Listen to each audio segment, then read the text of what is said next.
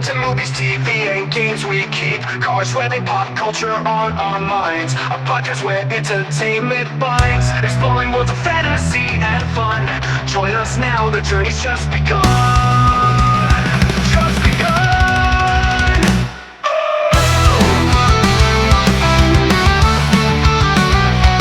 What's up, ladies and gentlemen of the internet?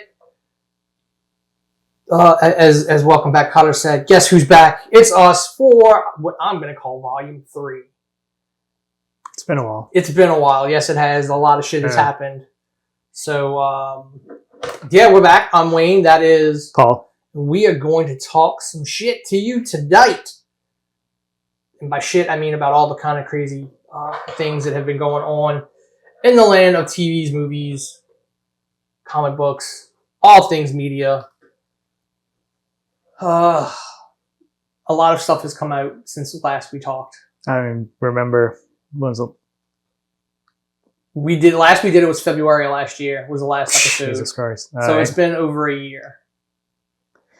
Yeah, a lot of shit has come and gone and happened. World is a completely different place since last we spoke to the people. But I think we're just going to go about what's going on right now. Recently, yeah. And the big thing that has happened this week that has gotten us back here today is Deadpool and Wolverine and the implications that now has, and the things that were discussed at San Diego Comic-Con this past weekend. So still being discussed. Still being discussed because, you know, people on the internet like to bitch about stuff. It seemed like that was the only news. Like nothing else came out of San Diego. Diego. Like you said before, like earlier, like I think we'll see like other stuff at D23. No, not just Marvel. I mean, like... Yeah, no, there was nothing... No, I don't think there was any kind of big reveals for, like, Superman. Because the DC stuff hasn't really done anything. Like, they haven't started anything, really. They got a new logo. Yeah, that was about it. Like, yeah, like James Gunn's in, like, the very, like, opening stages of everything he's doing. The biggest thing they showed was the trailer for Creature Commandos. That was it. Yeah, the other Suicide Squad. Yeah, and I haven't even looked this... I haven't watched it yet. Peacemaker Season 2 will have Flag in it. Rick Flag.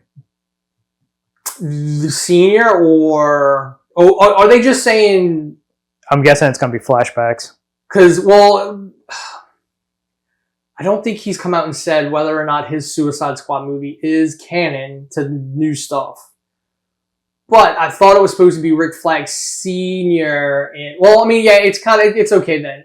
Because Rick Flag Sr. is in Creature Commandos, and Crossbones is playing Rick Flag, and pretty much Rick Flag in the Superman movie. So if he's going to be in Peacemaker, then it makes sense that he's actually playing Rick Flag Jr., which means Suicide Squad's not canon. Because he died. Yeah. They non-comic, like nobody else really, no other movies got announced non-comic book wise. It's TV not shows. It's not what it used to be. It's not like, which is why when everybody's like, oh, Marvel ain't go, like, yeah, because it's not what it used to be. It's gonna go the way of like E3. All these studios and companies are gonna just do their own thing, like D23. And D23's been around forever. Yeah, just recently. Yeah, once they acquired, it was there before they acquired Marvel and it's been there. It's always been their like investor kind of showcase. And then once they realized, hey, wait, we can make announcements here. We don't really have to show anything to the public. We can just let the information get out, and it drives up. It drives up engagement and hype that way. But that's exactly what Sony's been doing for, like, when was the last time they were at E3? Like, PS3? No, they were they there? It was PS4. They were there, but they haven't. I know they haven't been there for they hadn't been there for years before the lockdown. They had been going for like 3-4 years before. So they were out like late 20-teens. Because Microsoft had a very little presence at E3 because they did their own thing. Microsoft's going to have even less of a presence going forward. Oh, they're going third party. Oh yeah, easily. I'm trying to think if there was anything like Lois and Clark. Yeah, they showed a Doomsday preview for the last season, which sucks because that's a really good show. That was they showed him fighting Doomsday in space. Yeah, that little clip. Which I knew was going to happen this at some point because they've been setting up the ancillary characters the entire 3 seasons prior. Literally, Hank Henshaw showed up, so you had your Cyborg Superman plot laid out. You had the Eradicator technology show up in 1 season. I'm assuming all of this crap with Doomsday is going to lead to them having the blood to be able to clone Superboy. And then the animated My Adventures with Superman is doing the same thing because that show announced they're casting for a Superboy, and they showed the pictures, and it is the death of Superman. It's Connor with the leather jacket and the shaved side haircut and shit. They did show Penguin Season 2 trailer. They revealed it there and then released it online afterwards. And Cape Crusader, the Amazon Prime one, which comes out soon. Yeah, like a week or two. I think it's mid-August. It's already at 100% so far on Rotten Tomatoes. But people are already complaining because they gender swapped Penguin. Yeah. I saw somebody complaining about that today, and I'm like, Jesus Christ. It does not matter if Penguin's a man or a woman. Apparently, God. And they revealed who the voice actress was, too, for it. I can't remember. Yeah, Penguin is literally one of those characters where it doesn't matter. As long as he was, a rich kid at some point and, he turns into a mobster. That's all that matters. As long as the backstory's there, it doesn't matter if it's for the man or a woman. But I mean, that was that same kind of hate that My Adventures with Superman got. They were so pissed because Livewire didn't look like she did in the Superman animated series, the animated universe. She wasn't running around in a fucking leotard with her tits in the cutout, because that's not real. Was that Laura Petty did the voice? I think so. It was either her or whoever did, because it had a high-pitched voice, so it was either her or whoever did Harley. No, Harley was... It was the original actress from... But she had that kind of, Livewire had that kind of voice. I want to say it was Laura Petty, Tank Girl, basically. But I mean, I like the new version of Livewire. She's like a fucking mercenary. What's wrong with that? What's wrong with that? That show is really good. Jack Quaid plays a really good Superman. It's just quite hilarious because he said he auditioned for... He either auditioned... I don't think he auditioned for Man of Steel. He might have auditioned for James Gunn's Superman. I don't know that he has the body and build to be a Superman, but his Clark Kent is top-notch Christopher Reeves kind of Clark Kent on that show. There's a... Did you see Crisis on Infinite Earth? All 3 parts? Not yet, no. I know part 2 is on Max for me to watch for free. Part 3 is not on there yet. I heard part 2 kind of drags and is... Yeah, it's... some of the voice actors are pretty good in it. Jensen Ackles. Yeah. Is Batman. Batman. It does a good... I think he's their animated Batman going forward. I think. Yeah, he's done previous Batmans. Basically, it kind of follows the comic book, but then by the 3rd one, it veers off from the comic books and kind of do their own thing because they have to tie it into the old Teen Titans. No, the Teen Titans movie that they did previous to this, where basically Darkseid came in and just fucking ravaged Earth because of Raven. Yeah, but they reset that. Yes, and this is the consequences. They of the reset. Flash reset that timeline because, like we were talking earlier, Darkseid is an anchor. Yeah, you get rid of that anchor, it shouldn't have happened. Yeah. So timelines get wiped out. Well, I mean, it's because Flash, like, you know, And they tell you, Constantine told Flash to fix everything. yes, and kind of, it's going to be I can't explain it because it's basically spoiler for. Well, yeah, I mean, I know, 30. like, you know, just for the simple fact that I know Constantine told him to go fix everything, and that's why Constantine's the homeless guy. That was his punishment, basically. Yes. To, like, remember everything and witness. But it's so good. Like, they go to the, basically the negative zone, their little, The Phantom Zone, you mean? No. It's kind of like it's a space in between time and it's a place where they can hide in limbo, basically. Oh.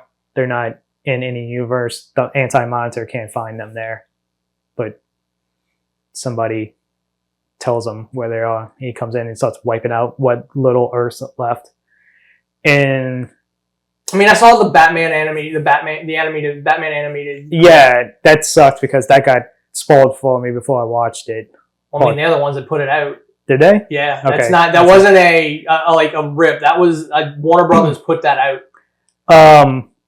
Yeah, that was. Which kind of doesn't make sense, but I think, you know, as a way to just like, oh, but you know, this was Kevin Conroy's like last actual official Batman. So that stupid Suicide Squad game doesn't count.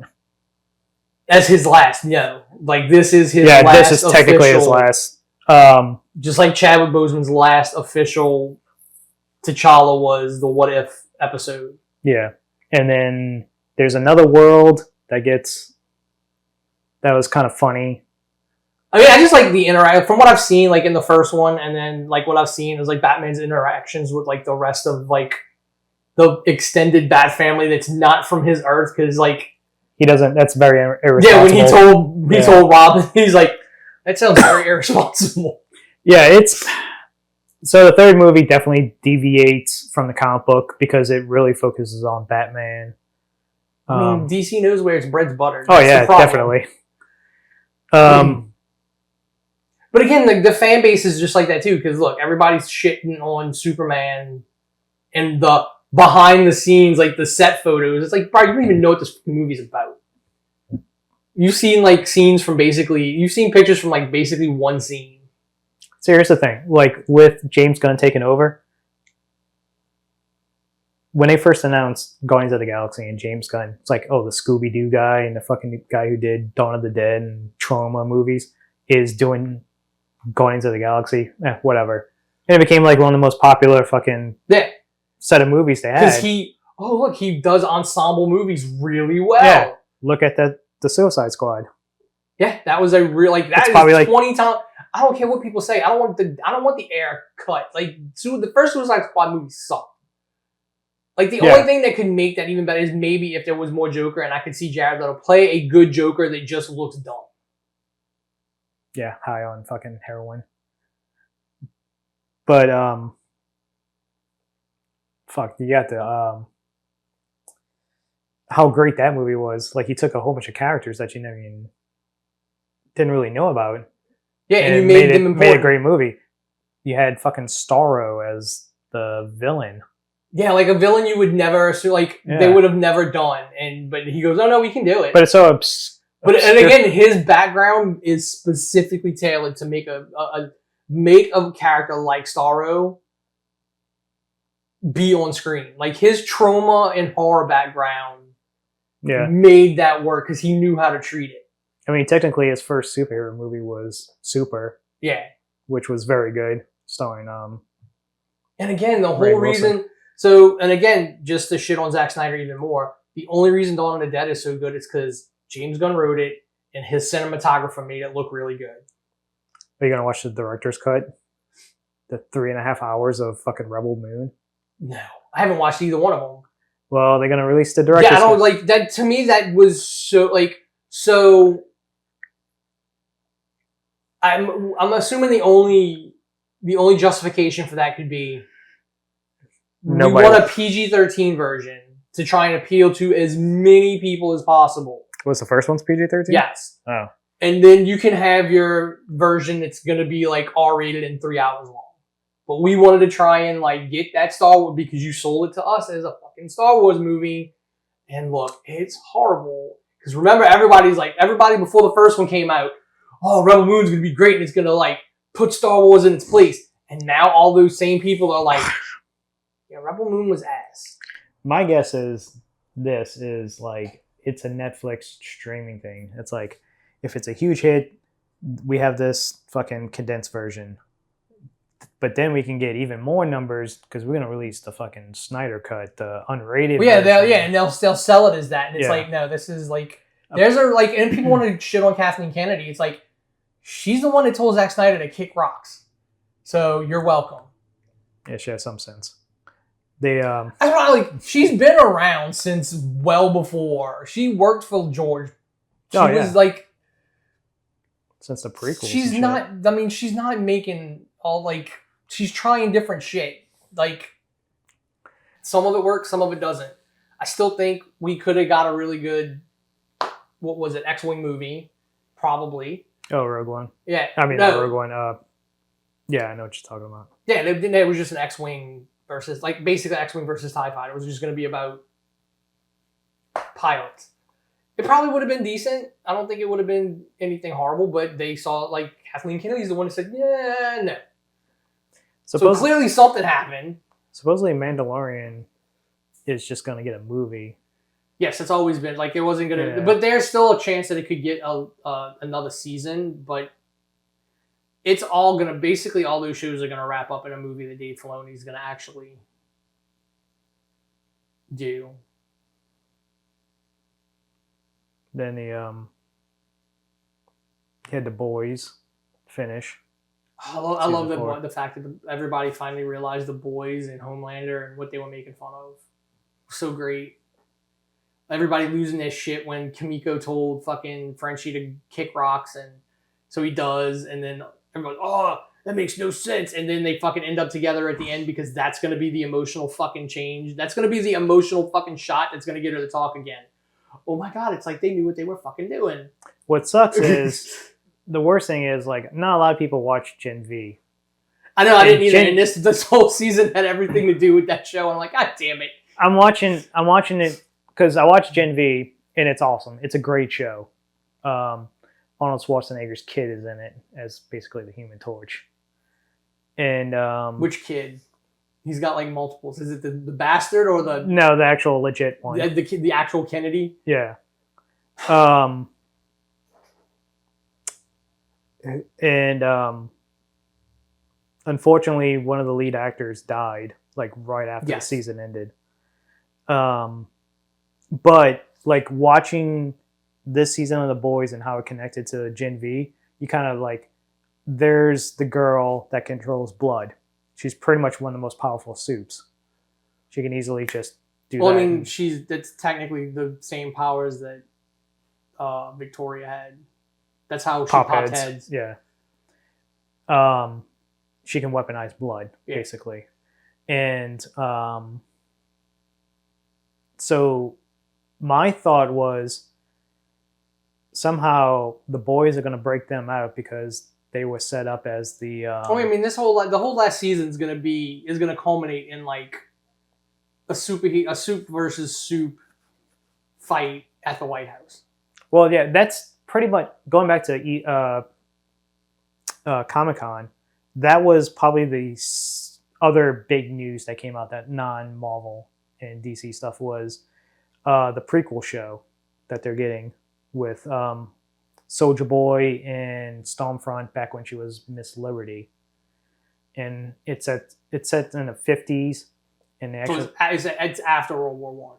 Yeah, this is the commie stuff.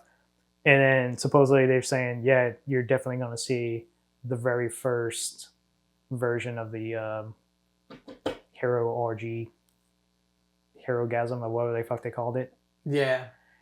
Because technically Soldier Boy said, he's like, yeah, I started this with Miss Liberty. So they're doing more spinoffs. The great thing is, like, Gen V and The Boys kind of goes hand to hand. Like, you watch the first couple seasons of The Boys, and then you watch Gen V, which takes place right afterwards. Mm-hmm. And then Gen V just go straight into the boys. So it's kind of like a bridge going to each spinoff show to each season. Well, yeah, I mean, the way they doing it with this, it's like season 3, Gen V season 1, Boys season 4, and then it's going to be Gen V season 2, and then the Boys season 5.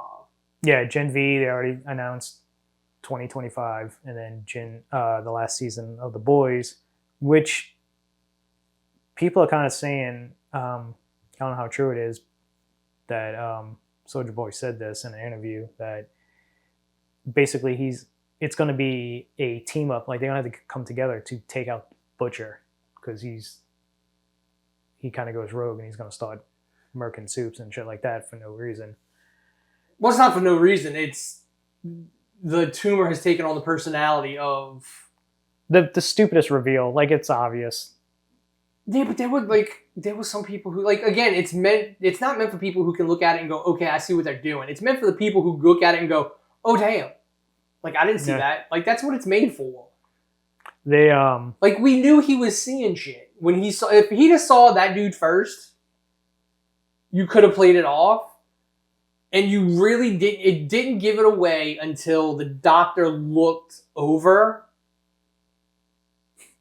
And clearly, the doctor's like, who the hell are you talking to? But they still shot it to where as if Negan was sitting there or standing there. Yeah. But the way they had the doctor look over there, I'm like, okay, no. Like, that's the dead giveaway. You can kind of play it off the whole time that maybe he is legitimately real. We know the wife is not real. So we know he is seeing shit. It's meant, again, most of the crap is written for people who just casually watch this stuff. Because there was, because they kind of veered away from the comic books. No, they didn't kind of. Comic books are completely different. Is it that far away now? Yes, it is completely different. Like The Walking Dead? Soulja Boy was a bitch in the comics. He wasn't, they didn't use Soulja Boy's DNA to make Homelander. Like, it's completely different. Because the whole theory was, like, after Gen V ended and leading into this season of The Boys, season, 4? Mm-hmm. The big theory was that the girl from Gen V who controls blood is going to get busted out with the boys and then cure Butcher, like she can remove the fucking tumor out without killing him. I mean, that might be a way to do it. Which means, honestly, he wouldn't die, because I think with the tumor has been killing him. Because he's perfectly fine when the tumor takes over. Because if you notice at the end, like, his face is like he doesn't look gaunt, he doesn't look sick, he looked perfectly fine. So I think the whole time the tumor has been actively, like, killing him in order to try and force him to give it control. It's the like those scenes, like a lot of those scenes were very good. Like the farm, like them going to the farm with all the soup animals. Yeah, the fucking ice show with just Homelander going nuts, murdering everybody at the ice show, trying to kill Hugh. But it's like, people complaining about Sage's plan. Like, oh, she didn't do shit. And, like, no, the whole point is she did shit you didn't see. Yeah, she's the master puppeteer. She didn't have to do anything. She knew certain people would react certain ways, so she just made sure they got pushed in that direction. That's all, like... I still say, hands down, the fucking Deep is, like, the MVP of that show. He's just so fucking stupid. I mean, I did like the fact that when they showed them fighting, like, all right, he's not, like, because it was always a joke. You never really saw him, like, fight or take, like, so no, he can actually take a punch. Like, he's, like most of them, can actually, throw, he's just not a fish person. So Black Noir being an actual narcoleptic is part. They wrote it into the show, and there's like apparently they would take pictures of him. When when he would pass out on set, and he just, like, people would go take pictures with him, and then it's like people come bitching about Starlight looking skinnier and like, oh, she had plastic surgery. I'm like, no, if you know anybody who loses a crap ton of weight, just like fucking Mother's Milk. Yeah. Like, he lost a crap ton of weight and he shows. Like, I didn't even realize he's the same dude from Fast and the Furious. Fuck, I don't remember which one, like 4, 5? Never seen him. Like, he plays like this big, like, muscle. Like, he's the dude that like supposedly kills Letty. He's like this big, tall, massive muscle. Like, I didn't even realize that was him when I seen him. Even as big as he is in the first 3 seasons, like, until I was reading, like, holy shit, like, because that dude was huge.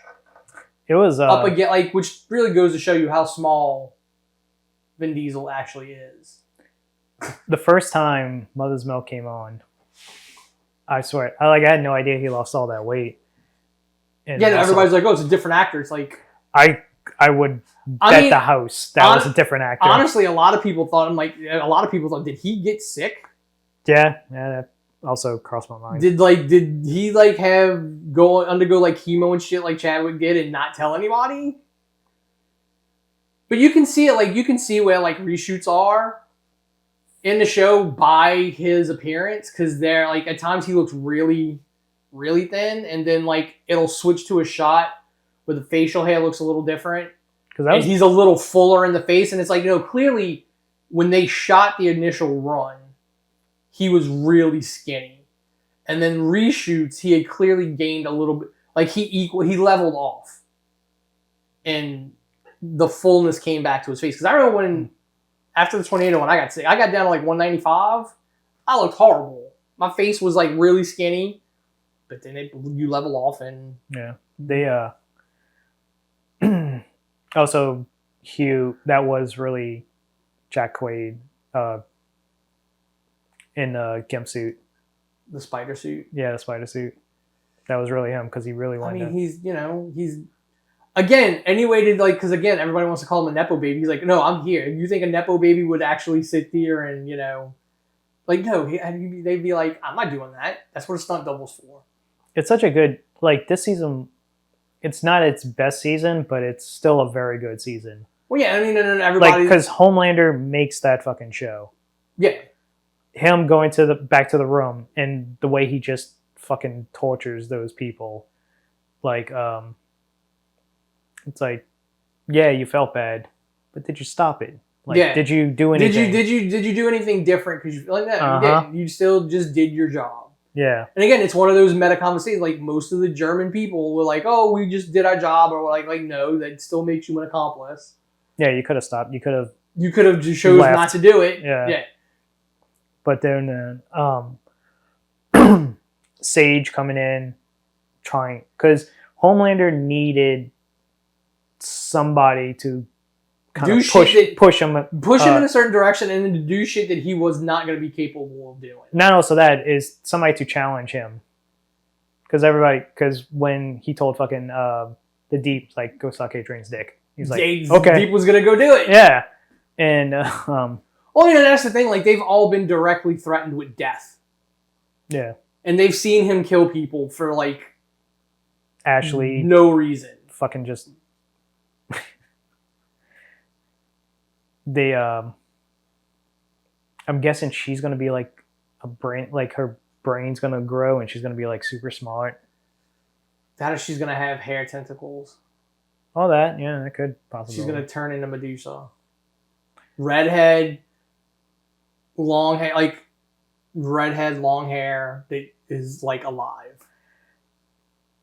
Probably the funniest and best scene of the whole thing is when Firecracker shoots milk at fucking Homelander, and he just like is fucking taken back, like, what the fuck? Like, his expression on his face was priceless.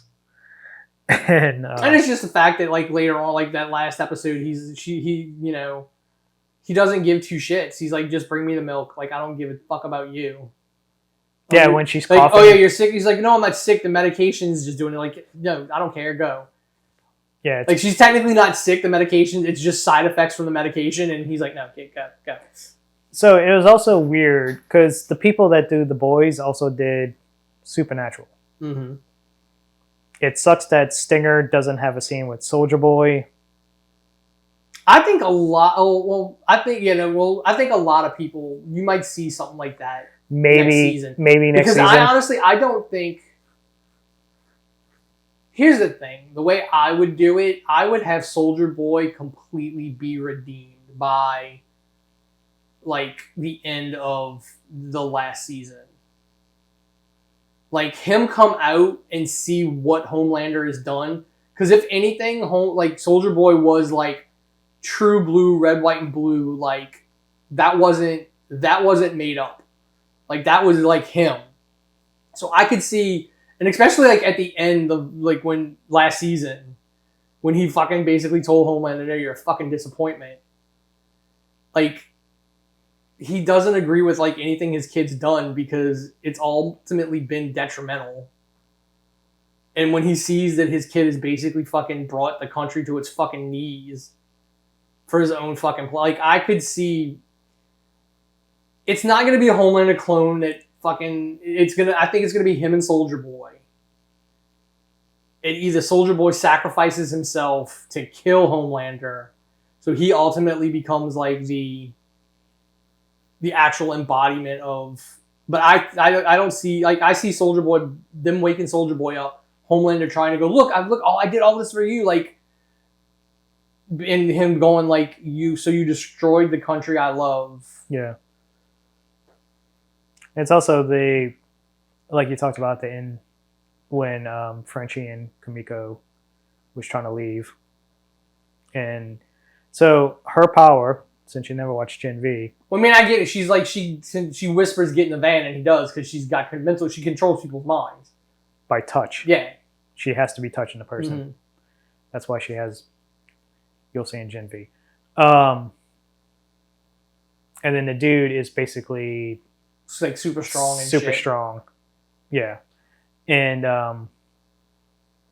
that's such a heartbreaking moment because it's like, they finally got together. They finally in love. And, well, and again, that's why it's like people complained, oh, that's so abrupt that, like, they're not together now. It's like, no, like, if you've paid attention, it's the torture thing. It's like you want them to. Want them. Exactly. Take it apart. This whole season was. It's a buildup. Oh no, and she's like, no, and then we realize why. They both got fucking baggage they need to get over. Yeah. And they come together, and then the world, like, instead of themselves keeping each other apart, it's the world then decides, oh no, you can't. And again, it gives Kimiko more of a reason to go on a, like, because you realize, you figure she's gonna go on a fucking bloody tear. She's gonna fucking do exactly what Wolverine said he did in Deadpool and Wolverine, like, after the X-Men were dead. Like, I went and just killed everybody. Like, I just slaughtered people. But technically you can't kill her. Like, I guess maybe if you chop off her head, maybe. I don't even know, like, because, like, would another body grow out of her head? Yeah. Like, and she regenerates pretty quick. She's been torn in half. Yeah. I mean, she had a fucking neck broken. Her neck was broken, and she just spun it back around. Like, so that's what I'm saying. Like, they at that point, it's not even like her individual cells are alive at that point. So they're getting a central signal from the brain, but is the brain, like, she's clearly been shot in the head before. It's also like, did they ever explain? Maybe I missed it. Did they ever explain why she can't pop Homelander's head? She tried, and he got a nosebleed. I think it might just been like he's too quick, like, or like his durability is beyond what she can do, because I've seen some other people, like, because his, like, in a normal soup the blood and the V are separate, but in him the blood, like, it's in his DNA at this point, so his blood is different. Okay. Like, his body and durability, like, she can't raise the pressure in his body enough to explode his head. He got a nosebleed when she tried. It probably just takes too much. Yeah, she's not strong enough. Like, she doesn't have enough control to do it. And then fucking Mallory has to fuck everything up because she's impatient. Yeah, that's what's gonna be like. So it might play out like it may kind of play out like the last comic, like the end of the comics does. Homelander and Black Noir fight. Homelander basically beats up Noir to the point where he's so weak, Butcher can then kill him. So this might go like, yeah, but if they kill off Soldier Boy, like Soldier Boy beats up Homelander so much that it leaves Homelander weak enough for Ryan to come in and kill him. I think it might be a Butcher thing. Like I don't know. To me, Butcher might be the bad guy. He might have went off the fucking reservation. Now he's not in control anymore. He's got. That gives me too much of the fucking Homelander. Homelander should not have any kind of chance at redemption, and having Butcher be the enemy, like it's also fucking Dexter getting that prequel. Yeah, show. But like Butcher letting a Doc Passenger going into Dexter territory. He's letting a Doc Passenger fucking take control. Jeffrey Dean Morgan's character, and he's fucking just as powerful as anything. Yeah, with that tumor. They because they introduced the tumor thing aspect of it in the cartoons, the diabolical cartoons. Yeah, but that's the one problem I have. So clearly, if you have cancer, you only get that power. Because the old lady got the same thing. Hers just glowed because it was a cartoon. Yeah. The rabbit got them. So if you have a cancer or a tumor, like that's what it does. It doesn't give you it doesn't do anything to you. Or maybe the Compound V, like the small doses that they would take in previous season. Well, that's what gave him the tumor to begin with. Yeah, like too much of the effect. And then he tried to take Gen V to counteract the tumor, and it just kind of fucked it. And but the whole point with the old lady was like her husband just gave her the general, like the blue vial. Yeah, so she. But she had powers other than the tentacles. Like when the tentacles got ripped out, she was still a suit. She was still like super strong. I think she still had like super strength and durability. But the rabbit was easily crushed. Why didn't she fucking... Okay, here's another thing about her. What was her name? The head popper? Victoria. Yeah. Why can't she just pop the fucking sheep's heads? I don't know. Like, that's the one thing that bugged me about that episode. It's like, just fucking pop their heads. They're right there. Yeah, the way she, like... Her character was up. And then people were like, why didn't she just pop Butcher's head or whatever at the end? When I think the whole... Then people said, like, oh, she instinctively tried to pop the Homelander's head. That's why her eyes were changed. Oh, when she got blasted. Zapped. Yeah. I'm like, is that, or is that just, like, her powers, like, when she uses her power? Like, I'd have to go back and look. Did her eyes change when Butcher shot her in the head earlier in the season? Which I think they did. Which probably means her eyes change whenever her powers are used. Well, even like her if you cut her eyes automatically change. She or also try and cut her, throw the acid on her. It's also Butcher went straight for the throat, so he was crushing a fucking windpipe and then grabbed her from others, so she might have not had time to really. Yeah, he focus overwhelmed. On anything. He overwhelmed her and to where she couldn't focus. Yeah. But again, she is she had super durability, and he ripped her in half. It's just like that whole ending is sad because her daughter unfortunately gets sent to the fucking it's Red River. Whole thing. Like she did this whole thing to keep her daughter out of the Red River. Out of Red River, and that's where her daughter ended up anyway. My issue is why did Giancarlo Esposito's character allow that to happen? He had a pardon, although granted he was on his way back to the prison. And she broke him out. So maybe he might not know. He's probably in hiding. But I mean, you would think Edgar would find out because clearly he had people that was still loyal to him. Real quick, Red River also is a very big part of Gen V because the first couple episodes take place there because that's where the main character, the one that affects blood, is in that. From what she accidentally did when she was a teenager. Mhm. But yeah, I'm very excited to see where this goes. Well, that's like people were like, "Oh, and Annie just up and left Huey." I'm like, "Did you not pay?" Like, he literally tells her to go. He like shakes her head and just is like, "Go." You can't have them all get captured. Then you Yeah. need somebody to... Clearly, they were there was a reason they went and grabbed the non-powered people. Yeah, I completely forgot who that chick was. It was cool, but my issue is she's still in like the sweats. The hospital gown. And, She's still in the like the sweats from the hospital. Like, it's cool. I think it's cool that like they brought her back like out of the blue, like because she was super powerful. Yeah, because now you only got... She's a fucking threat, and I'm like, but she's still in. Because the only people you got out there is her and fucking A-Train. That's it. So they're gonna have to team up. Well, I mean, yeah, but we don't know if they just let Kimiko go. I don't think I don't think they let her I don't know. go. That's what I'm There's saying. no Like, way. so either they let her go, like they're only taking the non-powered people for a reason. If they kept Kimiko, then they kind of throws off my theory. But like, if they took the non-powered people for a reason to kind of like they're gonna throw them out in front of everybody on TV and try and rally all the soups around. Oh, look, these people want you dead. What I really wanted, I was hoping for, is the last shot was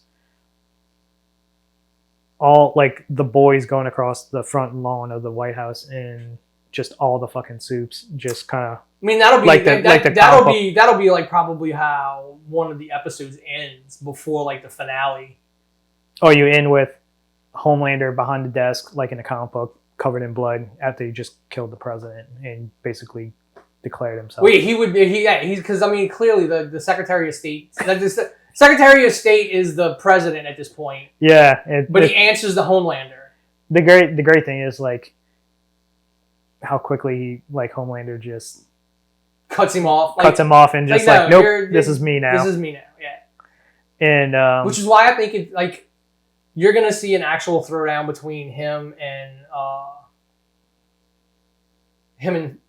Soldier Boy, because that's just it's too much to actually.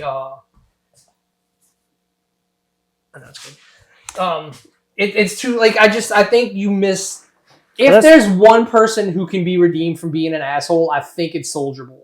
Unless it's Homelander wakes up Soldier Boy, like, listen, I'm the guy who found you. You're going to be sleeping here, being the fucking government's weapon. I'm going to give you a chance at a life. And you're my dad. Meet your grandkid. I think, so if anything, I think, but we don't know where Ryan went. He's going back to Homelander. I don't think so. You don't think? I think that's going to be part of the thing. They're going to have to find, like, they don't think... So, I think Soldier Boy will hang out with Homelander, but he's not happy. Because I think we're going to play into that, like, no, he really did love America, and Homelander has fucked everything up. I think they're going to try and find Ryan. And I think when Ryan shows up, like, that's going to be when, like, look what you did, like... Because What is the adage? The grandparents are never the way with the grandkid as they were the kid. Yeah. So Soldier Boy is still going to think Homelander is a fucking disappointment, but he's not going to treat Ryan that way. Because grandparents never treat the grandkid the way they treated their kids. Like, if you're going to do it, do that. Like, and then the only reason Homelander has stuck around because he was waiting for Ryan to show up. Because he wasn't going to let Homelander do to Ryan what... You know, he wasn't going to have Ryan turn out like Homelander. Soldier Boy has a very great cameo in Gen V. Does he? What did he... It's not a flashback. It's still set in present day. I can't tell you about it because it's just more spoiler stuff for the show, but he's very good. In a very small role he has in the one episode. But other than that, also you had Invincible. Keeping with Amazon Prime. Yeah, Invincible was good. Like, again, people complain, oh, it's so, like, not every fucking, not every issue of a comic book is, like, balls out action. And it's also... Like, you need the exposition to build up to a point where it pays off. Like, what is the point of, like, a fight every episode? That's not, this isn't a fucking battle fucking manga. You know how hard it is Japan. to animate? Yeah, like... that complicated scenes and shit like that, fights and which is exactly why like Bleach, Naruto, fucking One Piece, all these battle mangas from fucking Shonen Jump in Japan, like the animes are always have a shit ton of filler, and the fights never last. Like we're not getting a DBZ fight that lasts a season. How long it take for fucking Cell games to start? I know, or like getting a Frieza or fucking Boo. Jesus Christ! Yeah, took forever to get the Boo. cartoon had a shit ton of filler to pad it out, because if you just did, oh, with the action, it would be like 3 shows. And then I love the people online who go like, well, why didn't they just do this? Because then you wouldn't have a show. Yeah. It's also you're trying to tell a story. Yeah, like it's because it's the story. Yeah. Like if Butcher wouldn't have tried to save fucking Ryan last season, Homelander would be dead and the show would be over. Because Soldier Boy clearly could have fucking killed him. They were damn near close. There's another thing, like they're gonna give Maeve fucking powers back. Either her powers back, or they'll infect her with the virus, and that's how he's gonna try. I don't know, but there is like, it would be weird to see how like a suit with their powers removed, then given back, what would happen if it would do anything different. Does he still have the vial, like the syringe? Well, I'm sure. Well, no, I'm sure there is a vial. There's got to be Blue V somewhere. But again, like I saw some theories like that they were gonna infect Maeve, and it wouldn't do anything because she doesn't have powers. Yeah, she doesn't have powers anymore. So. Yeah, so it wouldn't do anything, but it would be able to be passed on from blood to from her to Homelander if they make Homelander think she's still. Because I don't know that Homelander knows she doesn't have powers anymore. I don't know if he even thinks she's still alive somewhere. Yeah, so like he may think she's dead, and like she just shows up. He thinks she's got powers, and that's also the virus was introduced in Gen V. So if you never watched Gen V, it's like, what the fuck is this virus? Well, I mean, at least they did show in the show, like they went back and they made reference to it. Like you didn't need to show like all of it, but you said, okay, there was this incident. This lab was making, a virus, and then the whole D23 spoof talked about what happened. Yeah. They the massacre at the school. The school, yeah. Yeah. They I'm trying to think if there was anything else major. Godzilla -1 is probably the best movie of the year. I mean, here's the thing. Everybody's like, oh, it only had a $15 million budget and it got best FX. And it's like, bruh, if you don't realize the fact that how many actual shots in normal movies, and I'm not talking about just superhero like the Marvel movies, like normal movies have CG that you don't even know is there. Like wire removal and actions. Like every movie now has like shit that's touched up. And again, they don't pay people like they do here in Japan. So those stars didn't make any kind of money. Like they all have like, I think, back end deals. So the movie has to make money for them to make money. So I think their fucking agencies get like a huge chunk of their money. It's completely different there than it is here. And like that's what people don't understand. Like that was not a Hollywood movie. Let's say people complain about the Acolyte having a $180 million budget. And I'm like, honestly, divide $180 million by like 8. And like it's on par with like some of the bigger fucking shows. I thought it was per episode. No. It was 180 total for 8. No. But Godzilla -1 not getting at least best foreign is. I mean, that was kind of. I mean, it's you're never gonna you're never gonna get like Joker didn't win Best Picture. No, it shouldn't because that's an overrated film. And again, but we got Joaquin Phoenix has got an Oscar for it. Yeah. The new one, like it'll be Lady Gaga that gets a nomination. That looks so fucking stupid. Yeah, I don't like. I'm not a fan of her being an inmate. The I way would much rather it be her being the fucking therapist and he twist her. The way Todd Phillips explained it, Gaga is playing Harley Quinn, but it's not from the comic books or the cartoon. No, it's just it's more of a Manson and his disciples type of thing. Yeah. But if this is going to be a fucking musical, where it's I don't think it's going to be a full blown musical. It's not full blown musical, but it's going to be musical. It's going to be like there's going to be musical numbers and musical cues, but I don't know. My biggest issue is right now that she's not a psychiatrist. She's just another like crazy person that like feels a connection with him before she even meets him. Yeah. But again, it's that like if they play it off as if it's like the fucking serial like someone who's like obsessed with like a serial like that kind of dynamic, then it'll be fun. I think most of the musical numbers it's like those. The first one was him seeing shit that wasn't really there and happening. Well, you can't do that again because it's just all right. We need to change it up some. So now when shit is happening that's not really happening, it's gonna be him and her doing like these musical bits instead of him just seeing people that aren't there. Like the whole relationship with what's her face in the first one.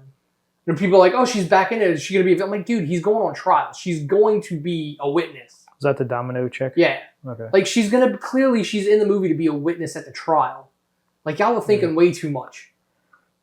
Like, that's the problem. The only good thing... Like, sometimes people will pick apart things and be like, all right, that's a good theory, but you're going a little too far. And then they'll look at something else and they'll just skim the surface and be like, that's stupid. I'm like... Over here, you're trying to come up with all these fucking theories and shit, and it's very shallow. And over here, it's like got deeper meaning, and you're just like, I'm not even gonna try.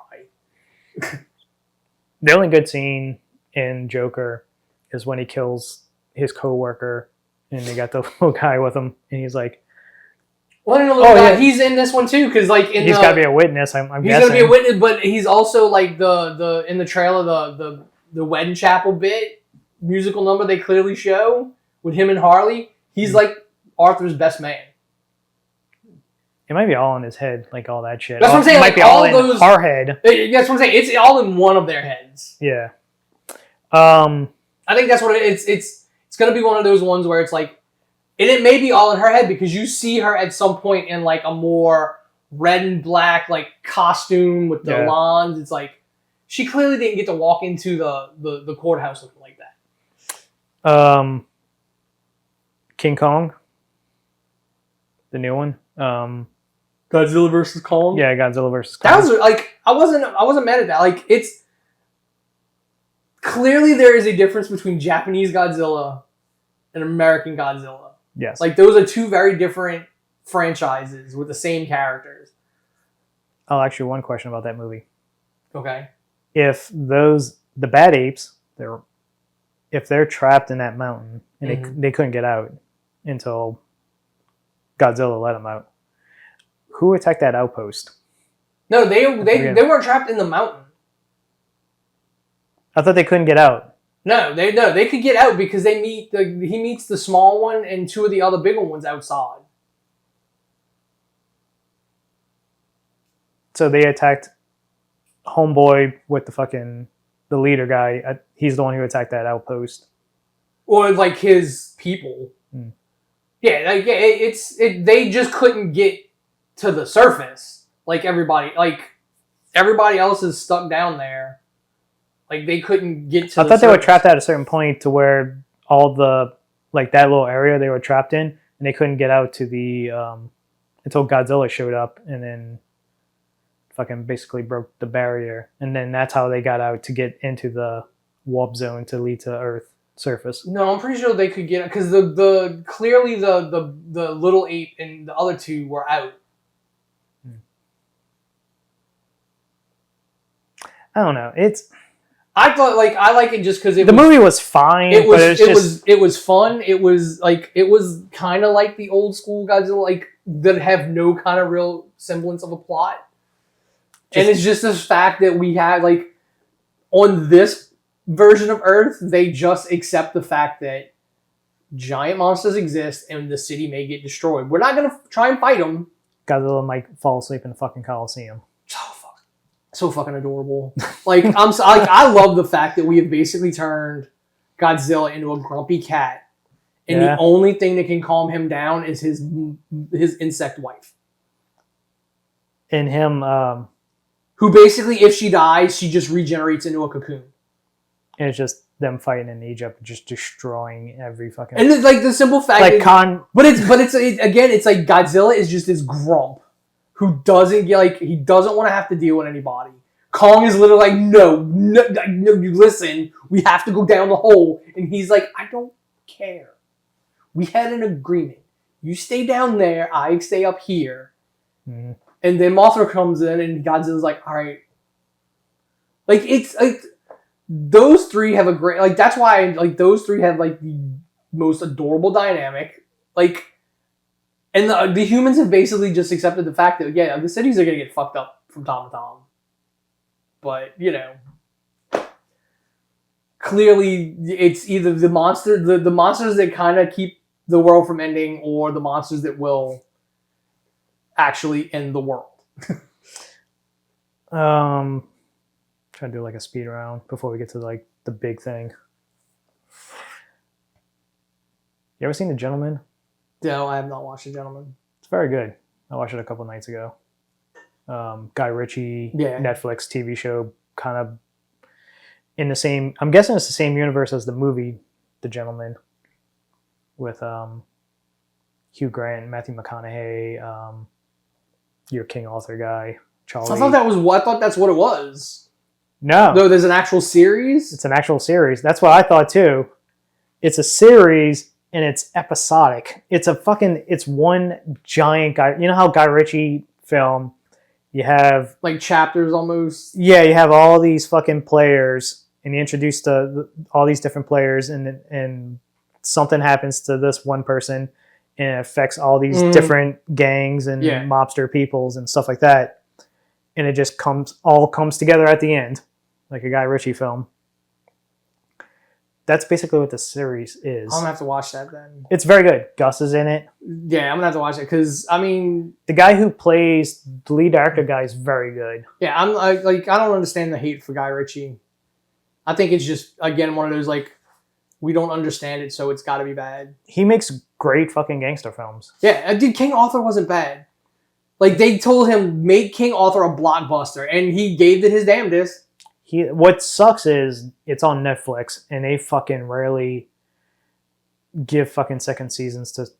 I mean, it all depends on how many. Like, it's gonna come down to. Apparently, it was very popular. It stayed in the top 10. That's the first couple months. That's what's gonna get it a second. Like that kind of engagement will be what gets it another season. Unfortunately, I looked it up after I watched the season. I looked it up to see if they still haven't greenlighted it yet. So I don't know. It'll be when they come in.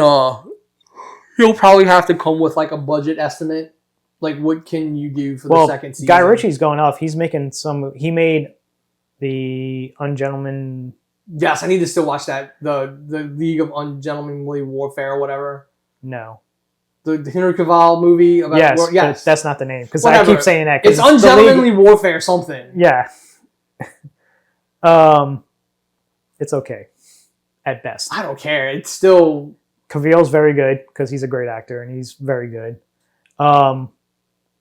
It's basically Suicide Squad in World War II, loosely based on a true story. Well, it is based on a true story, and Henry Cavill's character is supposedly the legend is James Bond, is what Ian Fleming based James Bond on, was this guy in real life, and there's one scene that kind of was iffy, but it's a Guy Ritchie film. Great dialogue, good action. Yeah, because I think it's like $6 on Amazon right now. Yeah. Or $5 to rent. Because it's not free. It's not streaming anywhere? No, it's not free on anything yet. Because Ghostbusters, we just watched Ghostbusters the other night because it just went on the Netflix. Netflix, yeah. I heard it was. And again, I don't understand. Like, it was good. Like, I don't understand what else you want from a Ghostbusters movie. There was ghosts, there was Ghostbusters, and they had to save New York City. It's what it is. Yeah. I think people think too, like, people have too much of rose tinted glasses for that first one, and it's like the Paul Rudd one. no, like the first Ghostbusters movie. Oh, the very first. And it's 84. like no, because it was new and hadn't really been like that was new then. The second one was basically the same thing. The Paul Rudd one, I really like that Paul Rudd one. And then this one is a continuation of that one. I do think Max Landis needs to get a fucking writing credit on it though, because I read his fucking Ghostbusters 3 script over a decade ago, and there's a lot from that script that is in this movie. There was, I mean, the first Paul Rudd one, it was good, but it's too long. Like it's too dragged out. Like nothing happens in the first hour. I mean, you gotta establish. Yeah, you gotta establish everything, but it takes too long to do it. And it's also it's just relying too much on fucking. Hey, remember this? But you have to, like, again, you have to, because if they tried to make one that had no connection really to the other ones, and people shit all over it. And it's also the Winston now is Iron Man. He's just like a billionaire. But like, I mean, so again, so that's the biggest bit that came. Like, I saw the parallels between that and Max Landis's Ghostbusters 3 script, because that in that script, it was Zedman who like created like, so he played into like all the different Ghostbuster things that you'll see at conventions and stuff. Like all those like and they'll have like the patch with the state and the Ghostbusters logo or whatever. Yeah, it's the Seth Rogen movie that supposedly was going to happen, where it was just different sectors of, which is exactly what was in Max Landis's script. But in his script, it was Zedman who started all that. And that's who all comes to the rescue at the end. Except in his script, it's the return of. So they used he had the return of what Gozer or whatever it was from the original one. Yeah. The Paul Rudd first one did. Yeah. The Afterlife. They used that original villain, the original demon or whatever it was for that one. Landis had that in his. And then they had the like Ghostbuster core teams that come in and help at the end. But I don't buy the fact that these 4 guys that's been through so much and they're so fucking close, one of them says, hey, there's some shit out in Oklahoma we got to go deal with. And they just write him off as fucking crazy. But I think that unfortunately is when you have a character that dies, like you have to, so then you have to write in why he's off somewhere else. The team's not together anymore, and then that character's dead, and the other ones still aren't around. Like it's why Black Panther Forever, like Wakanda Forever, is not that great of a movie, because they chose to not recast T'Challa. So we now have to write a movie that says T'Challa died for some crazy ass. Why would he not tell anybody he was sick? It makes no sense for the character, but we wrote that in because we had to explain it.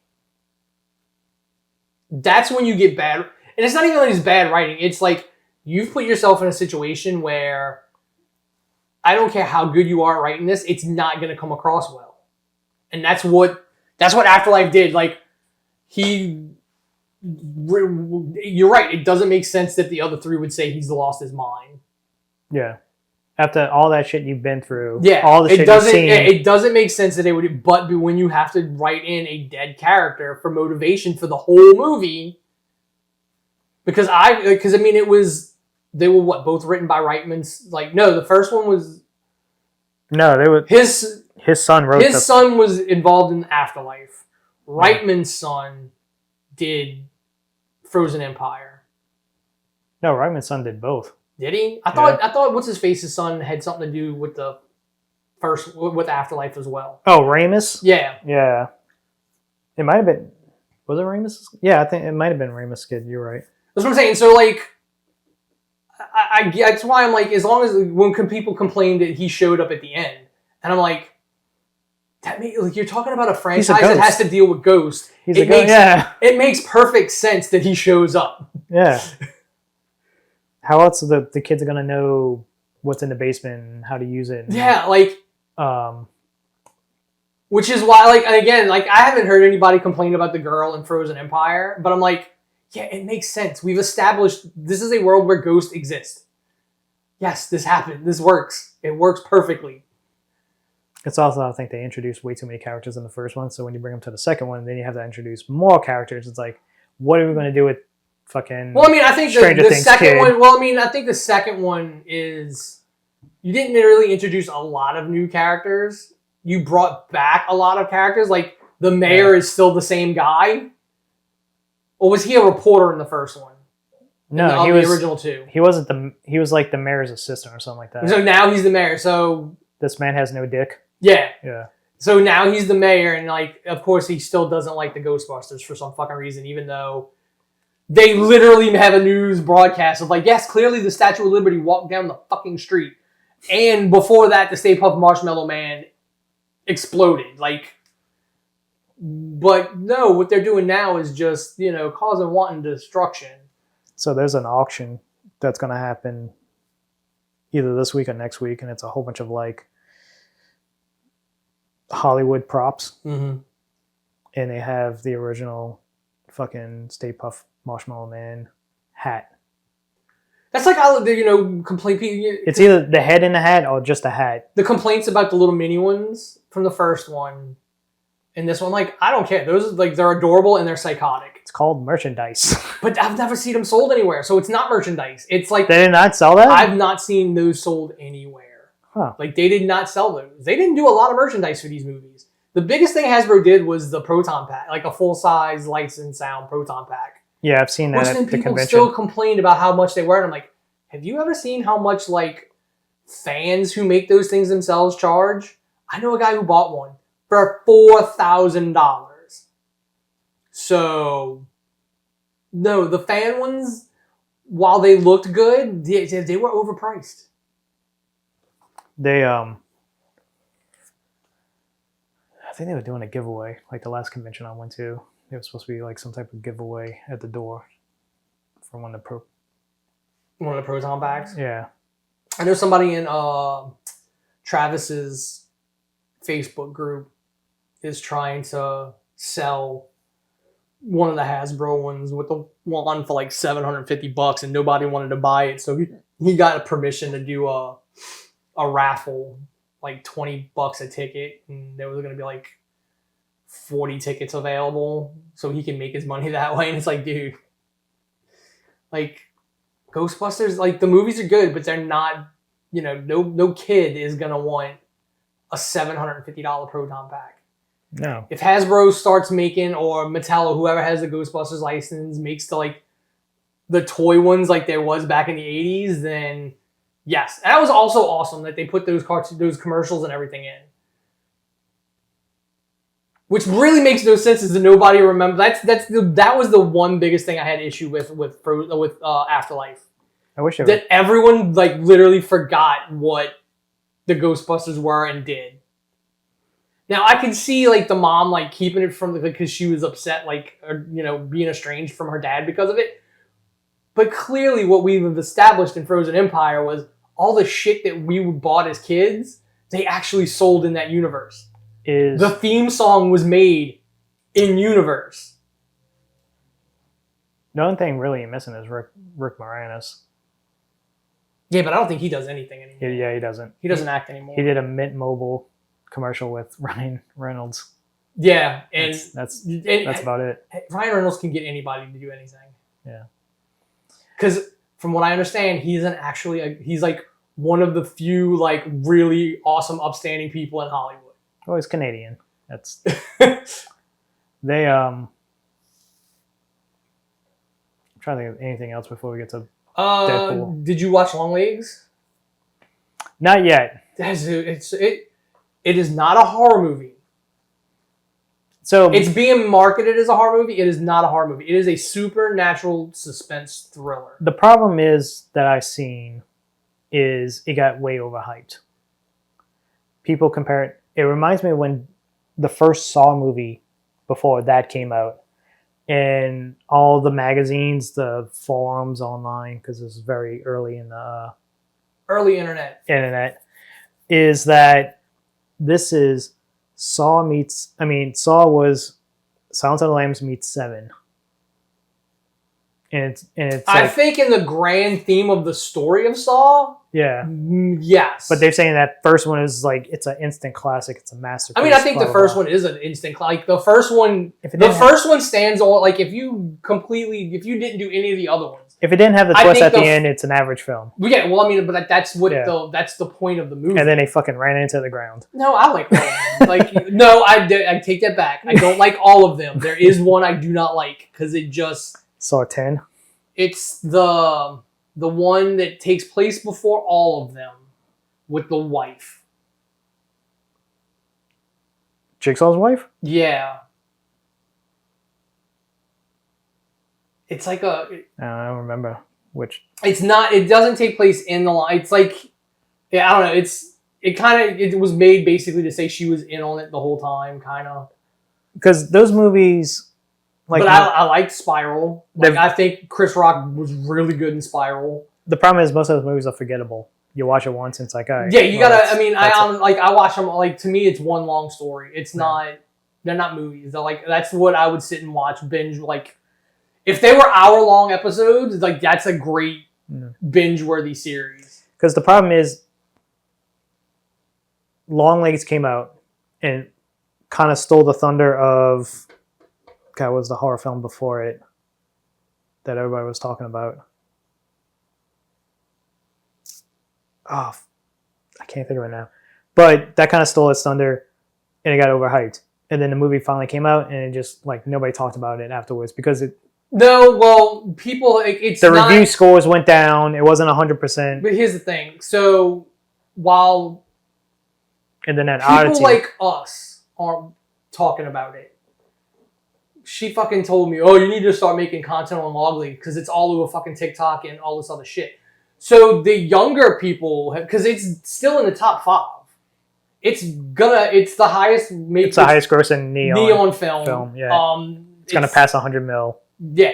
So it's not a bad movie. I do think it was kind of average. It was advertised as a horror movie. It's not a horror movie. It's a supernatural suspense thriller. And Nicolas Cage plays a fucking phenomenal role that's not even in the movie all that much. Does he just be Nicolas Cage? Because I heard that. But it works. He's like this weird fucking like glam rock, like it plays on the satanic panic of the 90s because it's a period piece. It takes place during the 90s. He also has a song on the soundtrack. It's because well, that's what it is. Like you don't get it explained to you in the movie, like, but you kind of get it. Like he's supposed to be like this failed musician. And so that's where the whole like Satan worship thing comes from, because he's like clearly this washed out like metal guy. And like that's it. What? I figured out the other movie. Oh, this like washed out like metal guy, singer or whatever, and like he's like worships actual Satan, and there's like actual supernatural shit in the movie. So the previous movie that I was trying to think of was Maxine, Ty West's third movie. That literally just fell out the top 10. No, but that was before that movie came out. All the reviews, everybody was saying that's what happens when you release horror movies like that. Yeah, and also Maxine, we went and watched it. Me, Justin, and the crew. That was also kind of overhyped. It's the weaker of all 3 movies. I mean, I don't even think... Here's the thing. Like, I don't believe in overhype. Because it's not like you're seeing... You put in your mind the amount of hype that you have behind something. Yeah, which we'll get into later with the Deadpool and fucking Wolverine. But I just want to... Like, it's... You see as much and want to see something as much as you want. There's no like, oh, it's overhyped. Like, who overhyped it? Like, you did. That's why I never understand people who say, oh, this is just overhyped. I'm like, really? Because I was just waiting for it to come out, like, no one way or the other. So I don't know how someone else can overhype something to you. They, because Maxine came out, everybody loved it. Everybody was loving it before it came out. And then it finally came out, and then, oh, but now we got this Longlegs, so everybody's going to focus their attention on that. And Maxine is old news. I just think now Longlegs finally came out. That's old news now, and now it's that new movie Oddity or something like that. But either way, it's still like it's supposed to have like one of the scariest scenes in the fucking year. And look. And then the next Terrifier is gonna come out, and that's gonna be just 3, as over. Like I don't get Terrifier in the like it's gore porn. That's it. Yeah. Like it's gore. It's more gore porn than Saw is. If anything. But it's a actual old school horror movie. If anything, it's an 80s style slash. Yes. And it's also, it has a great villain. It has a art is but again, this is what I told Teresa when we were talking about like characters. It's like you need Robert Englund to play Freddy. That is like anybody else who's tried to play Freddy it's not worked because Freddy is Robert Englund. Pinhead is Doug Bradley. Like Doug Bradley plays a very specific version of Pinhead. No one else who plays Pinhead is going like if they do their own version, it's not going to hold up. And if they try and do Doug Bradley, it's not going to hold up. Anybody can play Michael Myers. Anybody can play Jason. Art the Clown cannot be played by somebody else, even though he's in like full makeup and you can't tell who that guy. That dude does a lot of body acting. Yes.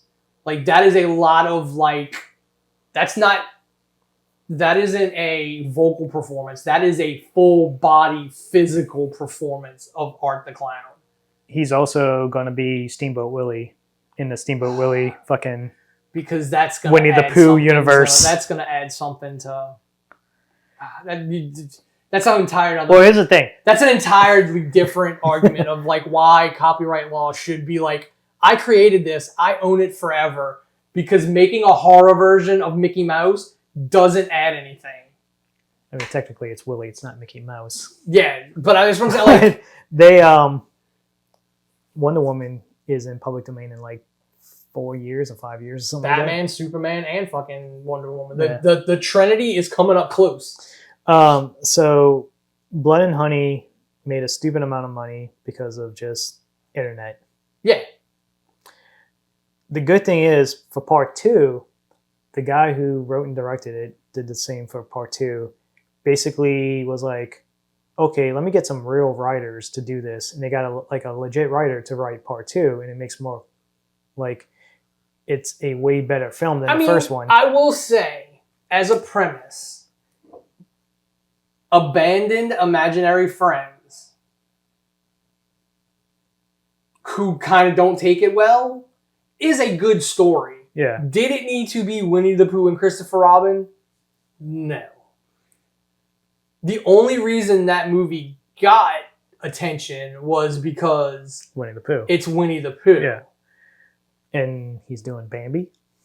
Again, like... And he's doing... is it Pinocchio? Yeah, like he's doing like a Disney horrorverse. Yeah, it's the Pooh-verse or whatever the fuck he calls it. Bambi, Steamboat Willie, I think Pinocchio. At some point it'll be Peter Pan. Like it's... Some of these he could probably already do. But like, you can turn all that into horror films. Like Peter Pan is a guy who fucking sneaks into little kids' bedroom and kidnaps kids. But he doesn't want to do just Peter Pan. He wants to do Disney's version of Peter Pan. That's the problem. Like he can do a Snow White, but he doesn't want to do Snow White. He wants to do Disney's version of Snow White. It's like he didn't want to do Winnie the Pooh. Like he wanted to do Disney's version of Winnie the Pooh. You want to see a horror story? Do the backstory on the guy who played Peter Pan in the cartoons, who did the voice and did the mocap and all that. Oh yeah, stuff. I mean that's just a fucking tragic fucking story. Yeah. Like they fucked that kid over horribly. Yep. But that's how the old studio system was. Like if they had no use for you anymore, you're done.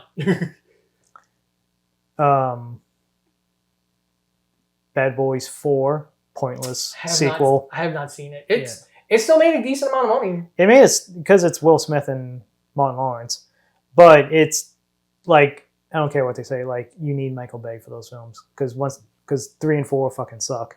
1 and 2 is great, and those are the Michael Bay movies. I still like the first one is probably still the first one. I love the second better than the first. I don't know. I like that. That first one is just as a standalone fucking movie.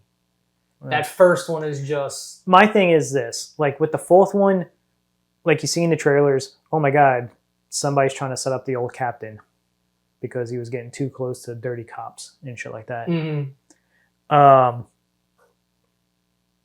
But he didn't want to bring in his bad boys into it because he didn't want them involved in... Because they have a family now and all this stuff. And... you just have characters making stupid decisions. Will Smith and fucking Martin Lawrence. It's been like, what, 20-something years? You don't think they retired? Like, especially Martin Lawrence, who... Because Will Smith almost dies in the third one. Martin Lawrence almost dies in this one. I mean, it's just a simple fact that they probably should have gave Martin more time to get in shape. I think, if anything, part 3, they tried to make the younger crew bad boys and try to do a spin-off with them. It didn't really work out because... How are you going to do it without Will Smith and Martin Lawrence? Yeah. You would have still had to make one of them captain. So the only people they bring back from that crew from 3 is Jessica Hutchinson and the dude, like the tech guy. Mm-hmm. That's it. It's rated R, so it's more cursing and violence and stuff like that. They bring back his son. Oh, that's right. He did have a son. Yeah, which was so fucking stupid. I haven't seen the third one either. I just know. You haven't seen the third one? Mm-mm. I haven't seen either. I know I talked about it on here. Yeah, that's what I'm saying. I have not watched either one of them. Yeah. So, Better Call Saul chick, Rhea Seehorn. She plays the captain's daughter. Who's basically... Wouldn't they be almost like... No, she's not that old. Yeah, that's probably enough. Like, they just... To me, they don't look like they're that much older than one another. Oh. Spoiler for part 3, the captain's dead. He dies in the Yeah, you clearly see that in the trailer for the fourth one. His son kills him. So, she never forgave Mike's kid. Because he killed the dad. Yeah. Mike is like, no, I'm trying to make him good, blah, blah, blah. So, they get set up by the corrupted cops and stuff like that, who can magically make the captain look dirty by just transferring money into his fucking account. And they stole that from... it's a very... They stole that from Brooklyn Nine-Nine, you know? Yeah. There's millions of dollars in this account with your name on it. And it's like all these cops, because they get set up because they're doing a prison transport of his son. So they try to kill them in a chopper, make it look like fucking Will Smith and Martin Lawrence went rogue and tried to break out his son. And they killed the helicopter pilot, the plane, the helicopter crashes and they die. And that covers everything. And the corrupt cops get away with the money and shit like that. So they survive. So they go on a manhunt. The captain's daughter is a U.S. Marshal. Of course. And she almost gives that fucking Tommy Lee Jones speech because they're in the swamps of Florida. And she instantly no, fuck that. Will Smith and Martin Lawrence are fugitives. Shoot to kill. Even though I've been knowing them my whole life. I know they're fucking good guys. My dad loved them, but nope, fuck that. I get the son is shoot to kill. Yeah, not the other two. And then it's so fucking obvious. Like, you can see a mile away on how she's going to turn around on the son because the son puts his life in danger and saves her daughter who's been kidnapped by the corrupt cops. So he basically almost dies saving her daughter. So it's like, has him in the sight. The whole movie's like, no, I'm going to shoot that motherfucker dead the minute I see him. And then the little daughter jumps in the way. He's like, no, Mom, she saved my life, blah, blah, blah. And he's like, I give you the count to 5. And then they fucking take off. I mean, that's an old ass trope. Yeah, you bought yourself a head start. Like, that's exactly. all it is. So he puts him in a fucking boat and like, all right, go that way into the fucking swamps of Florida. So yeah, it's decent, funny,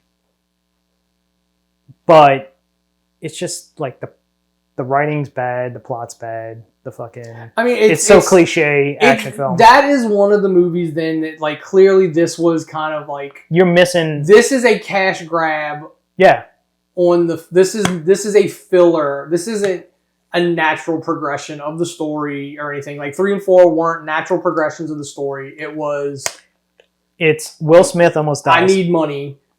Will Smith gets shot the fuck up and survives. And then he finds out that, oh, I went undercover. This cartel chick who runs a cartel, I got too close to her. We had sex and had a kid. I had no idea she had a kid. And when we busted her, she was pregnant. She was just beginning to be pregnant when she got put in prison. So basically, his son is Bane and was raised in prison. I was born of the dog. Exactly. So you only adopted the dog. So yeah. So that's basically part 3 in a nutshell. That's what it is. It's like those weren't natural progressions. Like because it had been so long, it was literally, hey, we can make a Bad Boys movie and make some money. Yeah, it's still gonna make a shit ton of money. Yeah, like no matter what. Whereas, like, if you'd have did it a natural progression of sequels after the second one, you'd have probably made more money. But Will Smith needed good PR. Yeah. So he did them. Beverly Hills Cop 4. That is a good I can't find much wrong with it. Like it's good. Like. It's good, but it's another like... I do like the fact that we've completely forgotten about the failed TV show. Yes. Like, he has a daughter now instead of a son. So, my gripe with that goes back to Ghostbusters. You two have been partners for 20-something years. But at least they... I'm not going to believe you because I fucking... The obvious Kevin Bacon... Yeah, but I mean, trained that dude. At least they address it in this more than they address it in Afterlife. It's kind of just glossed over in Afterlife. And it's also, this movie is exactly like Ghostbusters, the first Paul Rudd. It's hey, remember this? Remember this? But I mean, I think if you're gonna do one again where he goes back to Beverly Hills, like that's natural. That's a natural way to do it because, again, his daughter moves to Beverly Hills. So she now has a relationship with all the people that he had a relationship with. Yeah. So it makes sense that they show up. And we know cops stay cops forever. So it makes perfect sense that Taggart's now in charge. And it kind of makes sense that Billy, it kind of like Taggart not believing Billy is a stretch. But it's not a stretch that Billy got tired of the police force and became a PI.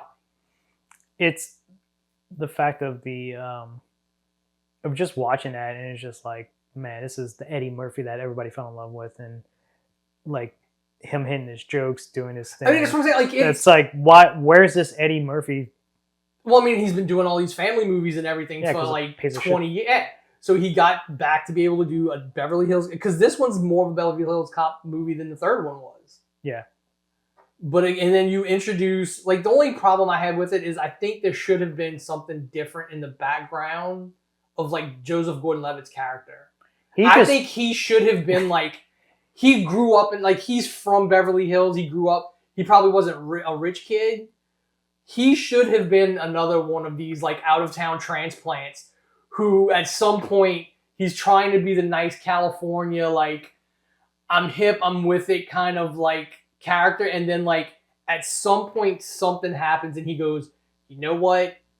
You know where, when he actually goes, you know where I'm from? And then he like drops like, I'm from fucking New York. And he like just fucking just goes, starts going like, he was like basically he's playing the character because he's trying to hide his past. He's like, no, I'm trying to be the California like fit in guy, but I literally grew up a poor fucking kid in New York. I know what the fucking streets are like. I think that would have been more instead of like. I mean, they could have kept the whole romantic. Yeah, I think angle that's what with I'm it. saying. Like But the reason she left is he was too of much of the California, but then like when he shows his real. if anything, she should have left because it's like you remind me too much of my dad. Yeah, well, and again, like you're too much of a cop. And it's also the sheer fact of his character just fucking disappears after that shootout at the fucking mansion.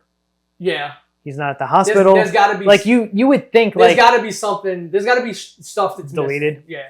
You would think like he would be there. He would be there, and also you start to play off like they're starting to get back together. Yeah. And him giving his blessing. But because he should have shown up in the backseat of the car at the end. Like that would have been the perfect like. Because again, I like Joseph Gordon-Levitt as a character. If you'd have made him a little bit more like Eddie Murphy, like more like fucking Axel, you could have gone, you know what? I can make a fucking Beverly Hills Cop movie with fucking Joseph Gordon-Levitt, who is kind of Axel Foley-ish. Yeah. It's also, going back to Bad Boys, you know Reggie from 2? Yeah. So, he's not an actor. No, he's a basketball player. Yeah. And he just randomly tried out and got the part. And he's been in every film afterwards. And that's his only credits, is Bad Boys 2, Bad Boys 3, and Bad Boys 4. Bad Boys 4, he's a fucking... A Marine. A super badass dude. And that's basically his only part in the whole fucking film, is he murders a shit ton of fucking mercenary people. Which would himself. Which would be a great, like, all right, you're going to... He doesn't talk. When you get out of the Marines, you're going to go be a cop. Yeah. And Bad Boys 5 is Reggie and, like, a new partner. Because it's so funny. Because Bad Boys 2, like, the Reggie scene is, like, one of the funniest scenes in anything. It's damn me a third. You ever made love to a man? You need to get a job. I'm a U.S. Marine, sir. Yeah, it's like... Did you need to get deployed? You need to get deployed. It's like, I just did 2 towards the duty. Well, that's pretty much his whole fucking thing in the whole movie.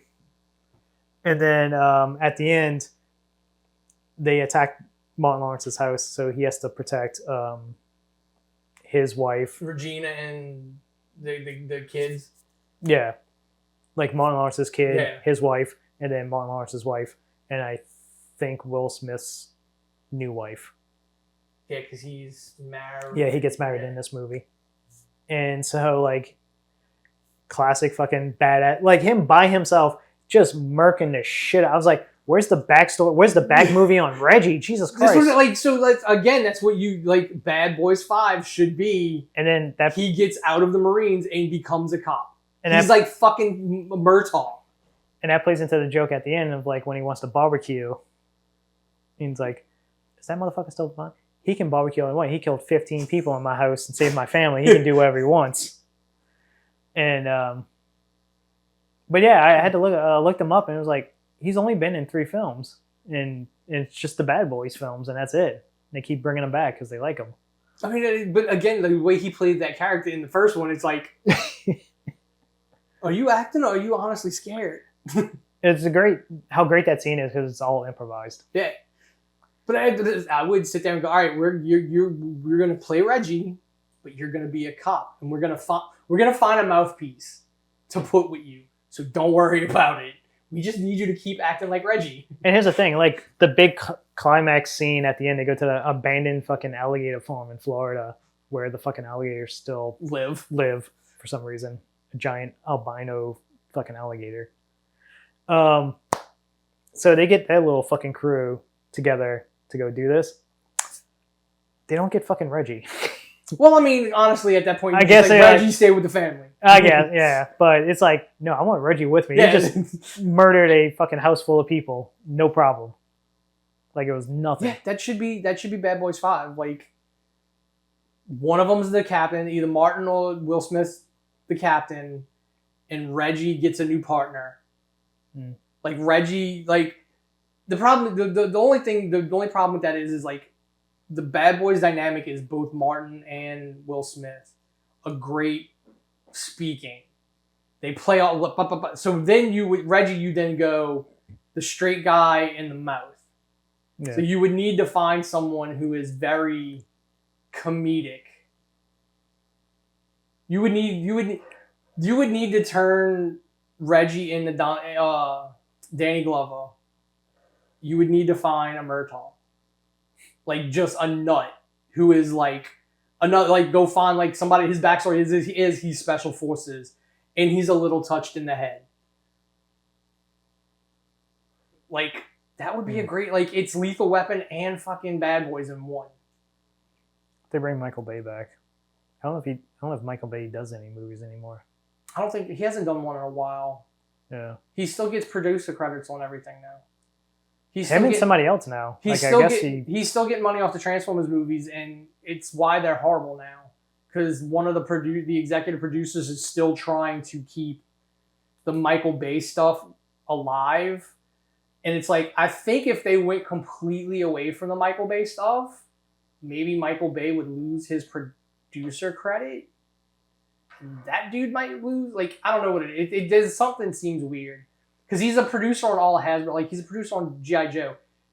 We all remember when we were kids, right? Cobra Commander had a cloth hood. Yeah. Like, hooded Cobra Commander. He is the sole reason there are no more toys, no more images, no more, like, the movies. He can't have it because he said it's a KKK hood, and we can't do that. So like, that's why they have the helmet? Yeah, that's why he only wears helmets now. Which, my shit fell, but... Because Tim told me, last time I interviewed Tim, and it completely skipped my attention until I went back and watched the interview again, like a couple of months ago. And he literally told me he was doing a cover for the G.I. Joe comic. And when he sent the thumbnail in, like the rough draft of it, they told him, you can't do the hood, we don't do that anymore. And that was pre-pandemic. The last time we had a table. Yeah. And that he told me that then. And I'm like, this dude has been making that decision for probably since those two horrible G.I. Joe movies came out. Because there was no Cobra Commander, basically neither one of those movies. Wasn't John Gus 11? But he never once was in the costume. The costume. Okay. He had like a mask thing.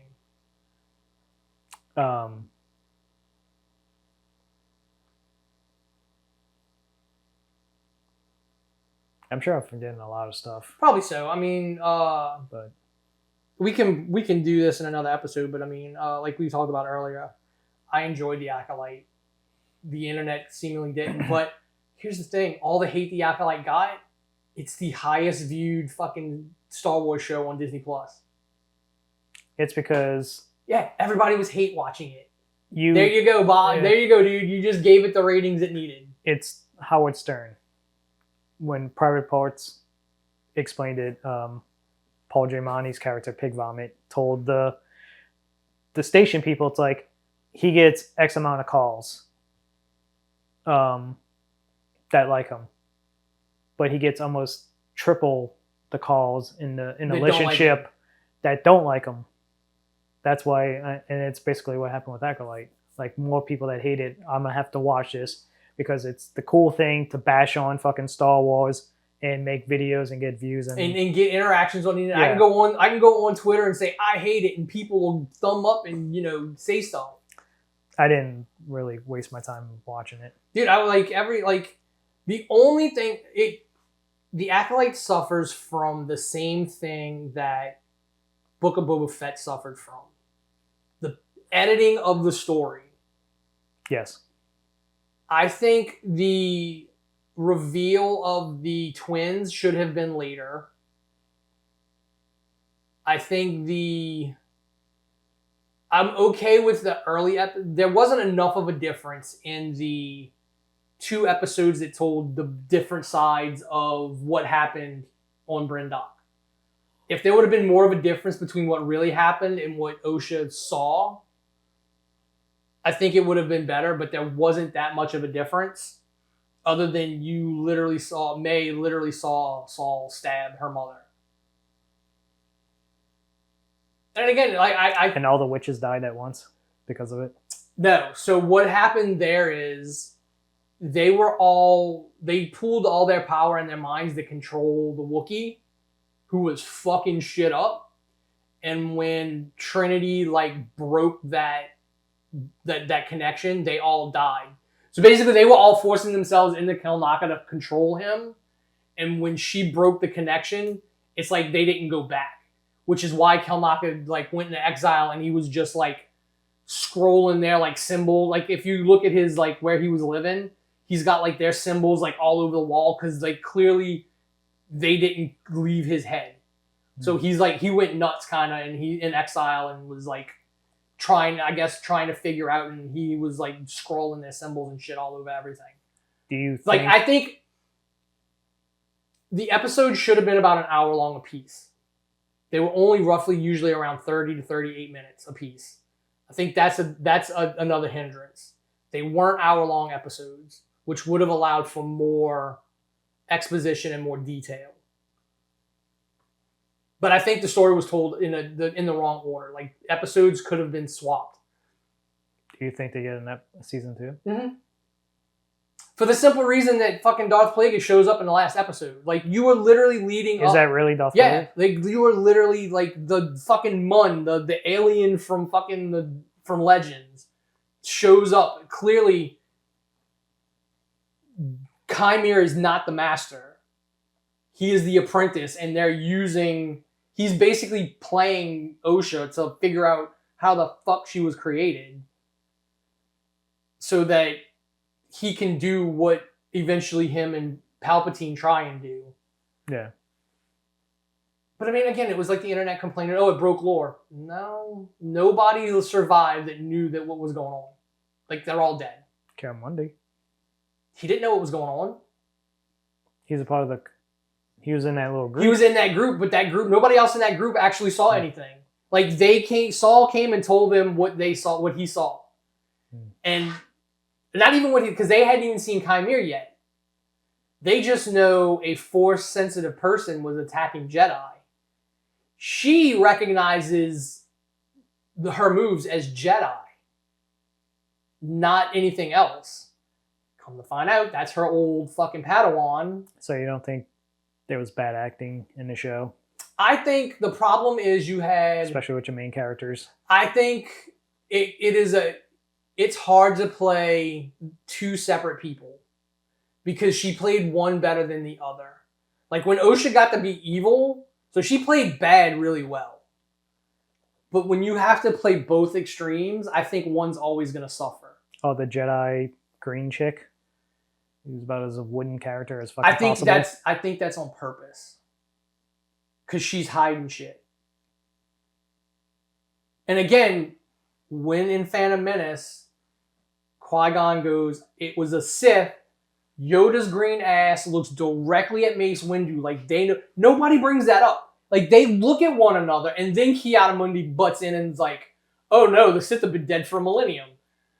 Because Ki-Adi-Mundi never knew what happened. Because what's explained to them at the end of that show is Saul went nuts and killed everybody. Yeah, it's a cover-up. Yeah. They still don't know that he's Sith. They just know, she just thinks her Padawan is out for revenge and train somebody to fight. They don't know that an actual Sith Lord exists. They never got back to the Jedi. Everyone who ever saw Chimere is dead. Everyone who ever saw a red lightsaber is dead. That's how stories play. That's how you tell a long form story. Nobody in that show who knew, and he kind of even goes, "Oh, Jedi would call me Sith." It's still not I'm Sith. It's you may call me, but again, the whole High Republic era was filled with Force cultures that use the Force in different ways. Or character motivations change from episode to episode. I don't think they do. I don't think they do. I think Osha switches sides when she sees that clearly what she was told wasn't true.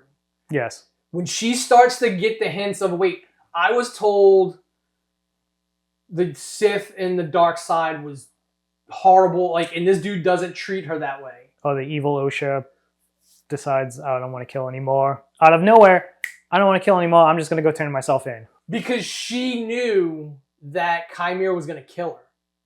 That's that whole... Her whole point was to get revenge because she thought her sister was dead. They both started the series thinking, Osha's dead, like my mother's dead, I'm going to kill the Jedi who did it. When she finds out that Osha's alive, things slowly start to change. And then when she realizes that kind of like Chimera is like that, well, not even Chimera, like not even the dude that was with her, but her master is going to kill her. She's like, I'm just going to turn myself in. Fucking Daphne Keene's character doesn't allow her to turn herself in. She comes at her aggressively and she fights and defends herself. She could have then just turned herself in, but she still wanted to kill. And she wasn't even going to kill Saul. Like, May wasn't going to kill Saul. She decided... She tried to kill him like 3 times on the ship. No. In the end, she was going... When the Jedi were calling, she was going to turn him in.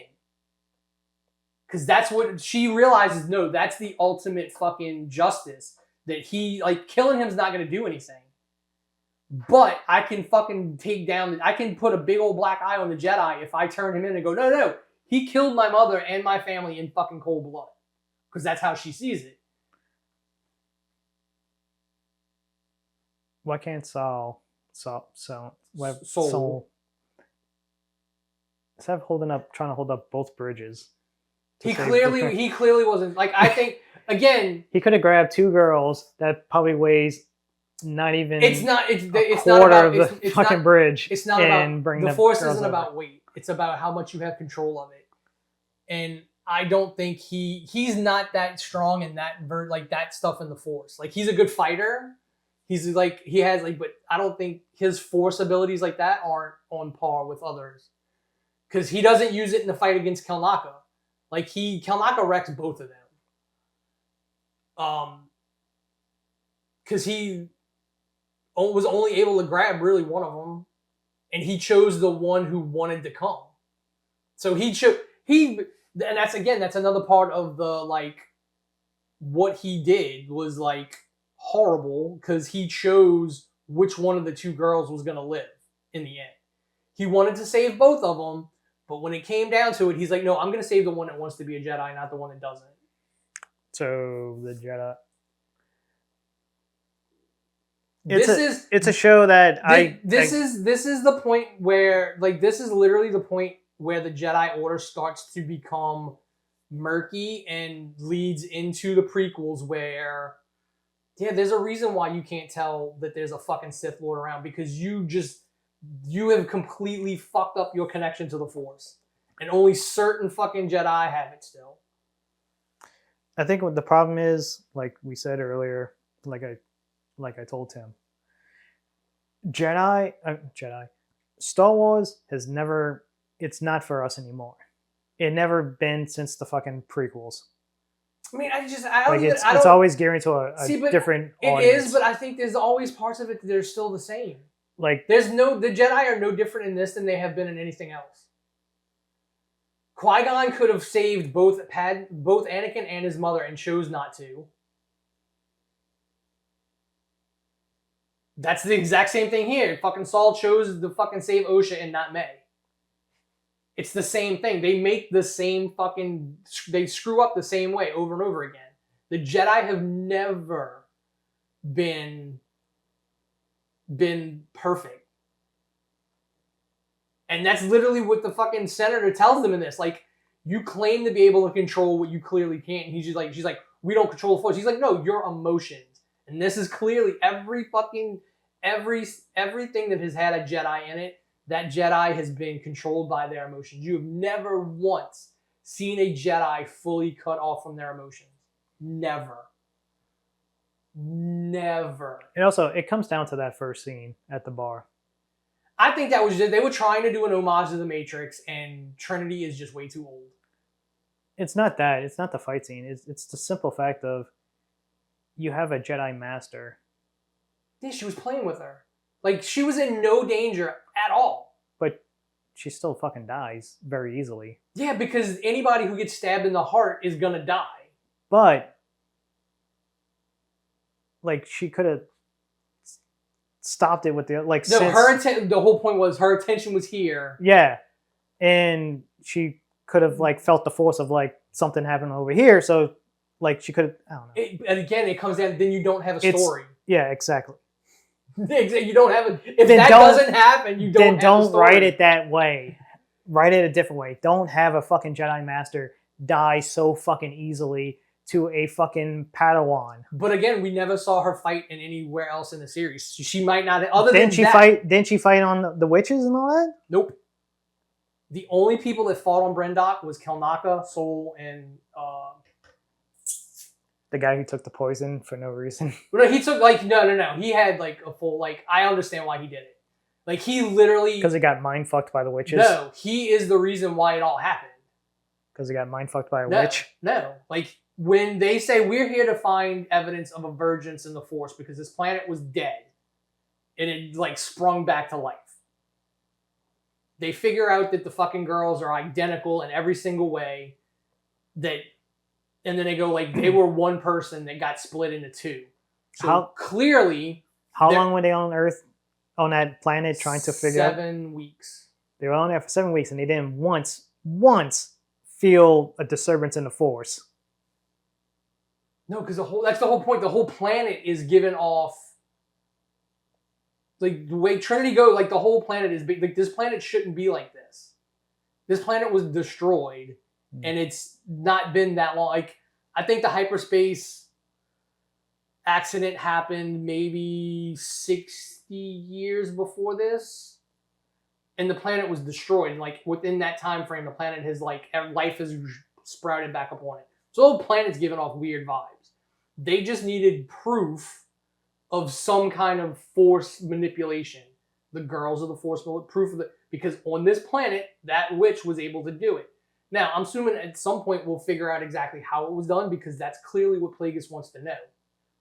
Because they were able to make 2 people out of 1. Well, then they're never going to know because all the witches are dead and they burned everything to the ground. Exactly. So that's why I've never believed that it was Plagueis that technically created Anakin. I think the Force itself created Anakin. It seemed like they tied everything up. So, like, honestly, you don't need a second season unless you want to. Like, it's going to follow. Yeah, if you do a second season, where do you go? It's going to follow. At this point, then it's going to be Chimere training her to try and figure out for Plagueis how they were created. Because he wants that to be able to live forever, but he never finds it. There's too many like plot like. But this is literally everything this was in Legends. Like, that's why I don't get people who are complaining. You want the EU? Here's all the shit that was in the EU. It seems like they were cherry picking. It's like, I want to take this, and this. Well, that's how it always is. I'm gonna kind of change it to fit my story. Lucas said when the prequels are coming out, the only thing he considered canon was his movies, the prequels, and at that point in time, the Clone Wars that was coming out. Which was, I think, the Samurai Jack looking ones. He said that's the only thing that's canon. Everything else in the books and the games and all that, that's shit that happens in a parallel universe. Come on. Like, what I do, it happens in that universe, but what they do doesn't happen in mine. So it's always been that way. The stinger with fucking Yoda at the end. But again, that's that piece that people are missing from Phantom Menace. When Qui-Gon goes, it's a Sith Lord, and he knows. Fuck. But Keanu would be like, oh, they're dead. They've been dead for a millennium. But he looks at him and Mace know some shit. And him and Mace are the 2 highest ranking members on that fucking council. So it makes sense as why they know. Because later on, he's like, oh, well, we need to tell the Senate our connection to the Force isn't as strong as it used to be. Because they know there's shit going on out there that we have no idea of because clearly Yoda knows something. But again, all she could be telling Yoda is my old Padawan, because she's like 160, I think. So when he goes, I was a Padawan a long time ago, yeah, like he was a Padawan like over 100 years ago. And he still looks like that. It depends on what he is. Again, like unless we go back to the EU where humans in this universe were like taken off of Earth in primitive state and used as slaves around the galaxy, that we don't know what the fuck. He looks human, but we don't know what the fuck he is. Thurstrin. Kylo Thurstrin. I forgot what they used to I call mean, the him. dude's like, what? How else would you bathe on a planet without plumbing? Yeah, he's jacked though. And he did all his own shit. Yeah, yeah. I've seen the footage of it. Like him. That's again, like I don't. It's also if you're gonna play, your whole point is to play these two girls to figure out what they are. What is the best way to fucking throw this girl off by making her fucking horny? I think if anything with the show, because she's not gonna like these characters like that. Her and her sister aren't gonna live. They'll be dead by the time the show's over. I think what happened is like they shouldn't have tried to defend themselves so much against and then a lot of people took things that were said in interviews long before the Acolyte. Like they said the main actress said something about making white people uncomfortable or whatever. And that was for a movie she did like 5 years before that. No, it's the fucking rap video she made. Oh, well, I mean, and again, this comes down to she is a part of this Gen Z late frame fucking millennial where that's the appropriate response on the internet. Yeah. And it's like, no, like somebody needed to sit her down and go, that's not how you actually respond in real life. Like them going after the trolls didn't help matters. It only. Well, I mean, and again, it never works out. It never works out, but I mean, I'm not gonna fault them for sticking up for themselves. Like, yeah, it's not gonna work out because assholes are assholes and they're gonna asshole. Yeah. But you know, you do kind of have to like, because again, there are a lot of people going like, she's a black woman, she shouldn't be the main character of my Star Wars. Or she's just a woman in like general. yeah, or like Star Wars theory, who's just butthurt because Disney told him you can't fucking make your Darth Vader fan film with like a 6-figure fucking budget that you fucking raised on Kickstarter. I didn't know who the fuck that person was until the show came out. Well, that's what I'm saying. Like he used to be a very like sane, like you would go, like he would do lore videos and things like that, and you know, he would talk like he wouldn't fucking pick apart everything. And then he started kind of like he put out his Darth Vader fucking fan film on a fan film budget, and everyone liked it, and that got him more popular. Well, then he decided I'm gonna do a Kickstarter for my second one, and that was before COVID, like years before COVID. And Disney said, "No, you don't get to do that. That isn't a fan film. You are making a fucking production using IP that you don't own." And he got fucking butthurt after that. And then miraculously, he didn't give back all that money that he raised, but he had a Lambo. And people started calling him out for basically grifting people. And that's when he went full bore into hating everything Star Wars put out. Until Anakin showed up on Ahsoka and he cried on camera. It's not as bad as your boy Boogie. Boogie just has fucking... he has embraced his fucking... Like, I haven't watched anything of him in a while. Like, he's embraced his fucking trash. It's one of those, you tell a lie so much, you start to believe it yourself. And it just... He was so deep into it that he couldn't... Yeah. Like, he couldn't... And then it got to the point where he got called out and he got kicked out of his little podcast group that he usually does, like what left of friends he has. And they made him, to stay on the show, they made him tattoo "liar" across his face. But But yeah, it's... I mean, I watched the documentary on him. He fucking brought it all on himself. Yeah. He wasted his money. Like, somebody scammed him in crypto. Yeah, I watched a CoffeeZilla thing about that. And then he lied about cancer. I mean, I didn't go, like, I had stopped watching him by that point in time. Like, if you lied about cancer, then, like I don't care what, like, you just sell your house, brah, and take your young little girlfriend and diss a fucking career. Yeah. Like, no. But again, it's what it's. YouTube has monetized hate and just like they're not critics because they don't critique. They go, "This is stupid." They think you're stupid. Like that's not Siskel and Ebert. That was critiquing and criticism. Like that's why I stopped watching. Like I pick and choose who I listen to. Like because I'm like. I'm not going to listen to somebody who's going to sit there and say, I'm not a critic. I'm just giving my opinion. No. You can't do that. You can't go, I'm just giving my opinion and then make a video of you critiquing a whole fucking, like, no, that's not how this works.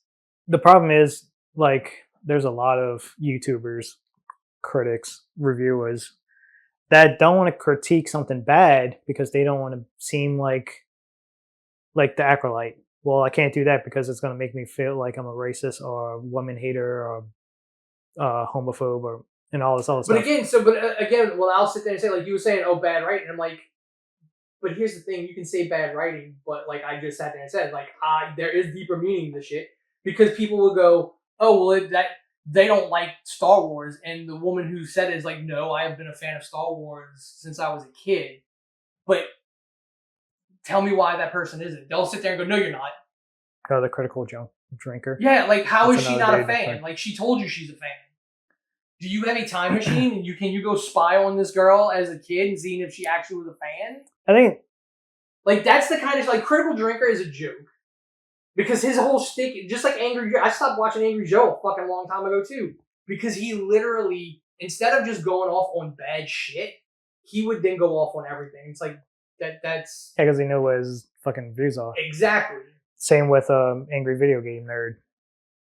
It's all about rage bait now. Dude, the last video I put up was at 332 views. It was like 27-minute video. And I fucking talked about one of the figures that came with a bike. And I'm like, I love the figure. Talk about all the great things on the figure. This bike is a joke though. And I broke down how much the fucking bike sucked. But guess what? Wayne's not stupid. I fucking made a thumbnail that was going to get some fucking rage clicks. Except they didn't find that when they watched the video. And I got 2 fucking comments on it because there was nothing for anybody to fucking say about it because I actually did a fucking critique of a bad design. When you do something like that, nobody can say anything because they can't find any faults in what you said. How many fucking t-shirts does Screen Crush make in a week?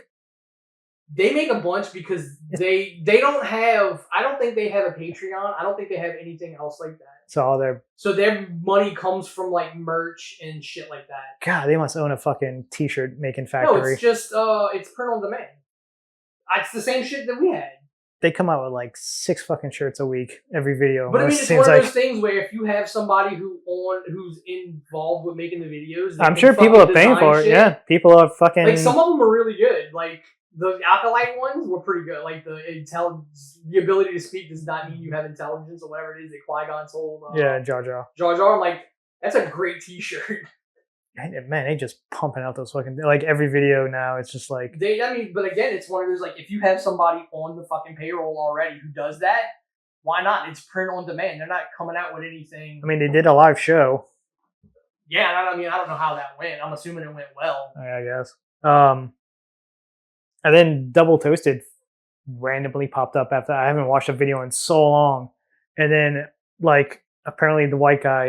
him and Chris had a falling out. Yeah, apparently he's gone. I'm like, what the hell? Yeah, what the fuck happened? Him and Chris had a falling out. Chris. Him and Chris had a falling out. And then when they switched over to this new kind of funding model, like there's like a service where you can go... Basically, it's like investing in a company, like buying shares or whatever. Yeah. And they take that money, and it's basically just like how the stock market works. Like a company, you buy shares in the stock, they take that money and invest into the channel. And Chris, like after he left, he left. There was issues. They came to like an amicable agreement. I'm not gonna talk shit about you. You're not gonna talk shit about me. We're just gonna go our separate ways. And then when Corey went that route with that service, like fucking Chris went on the internet and fucking started shit talking again, and it became a whole fucking hoopla. Yeah, because the thing that popped up was that video, like them explaining what happened. Yeah, their side of it. It's that what happened with the Watcher guys, Shane and Brian, that fucking blew up in their face. Dude, there's a whole bunch of like fucking channels that have been around forever that have fallen apart right now. Like all the car fucking channels, like the big ones, are fucking like losing people. Because basically what has happened now, a lot of these big channels get bought. Like some fucking corporate fucking investment firm or whatever comes in and buys them. And they don't care about the actual content. They want the numbers. And they don't realize you have to make the content to get the numbers. Well, that's basically what happened to Angry Video Game Nerd. He sold all that to Screw Attack. Screw Attack got bought out by a bigger company. And now he's kind of still forced to make these videos. The writing's not as good as they used to be, and all that stuff. Yeah, because the two guys that left Donut, literally the minute when they left, they started another automotive channel, and it's like already over like it might even be up to almost 2 million fucking subscribers in like a month. Because everybody from fucking Donut, the subscribers all went to them because they were personalities. And you watch a lot of these videos for the personalities, not the actual content. Because that's what Watcher was. Watcher was BuzzFeed with Ryan and Shane was like the top people. They do the ghost stuff, the true crime, hunting ghost, all that stuff. They broke off and started their own channel, which became very popular. And then they started this whole pay structure thing that completely blew up in their face. They're actually going on tour, and they're coming here playing I forgot where they're playing at. They're doing a live show here in September that I might go to. But it's one of those, like, for a while when that little payment plan thing came out for their videos and all that content, they completely just got fucking killed to the point. It's a lot of them, you know, they blew up when ad revenue was flowing in, and then YouTube changed shit. The ad revenue's not flowing in like it used to, so they had to go to other ways of fucking making money. Oh, it's the fact of like, all right, we were doing this for BuzzFeed, and we had a pretty big budget for the show because BuzzFeed is owned by they're Vice. They're funneling money down to us. Yeah. So we're gonna break off and do our own thing. Oh well, this is way too much money that we have that we need. Yeah. You just need a better balance between, like, if you're gonna do a Patreon, on top of doing a Patreon, they did a whole separate fucking they monetized way too much. Yeah, exactly. It probably rubbed people the wrong way. Yeah, I never want to be that big on the internet to where you have to do stupid shit or you have to be friends with stupid people. I mean, you don't have to. I mean, that's just it. You don't have, like, you just do. You don't have to. You don't have to. You can be like, again, I deal with these people. I interact with these people in the toy stuff who have like these fucking 5,000, 6,000 fucking. Tony's got like 60,000 fucking. But these are all people our age. Yeah. These aren't young people. Like fucking Chad is late 40s, early 50s maybe, ex-military, a fucking drummer in a punk rockabilly fucking band who's literally going on tour. I've seen pictures, like he's played like festivals and shit. I don't remember what the fucking name of his band is, but like he's fucking toured with people because he had taken a break in between military services and was like a musician, like legit. But I mean, I don't watch it because I don't watch his content because I like 1/18th scale G.I. Joes. I like it because he's cool. He sounds like one of us. You know. So I got into slot machine, like people gambling, Oh my fucking God. casinos. You have the Most random fucking most random fucking.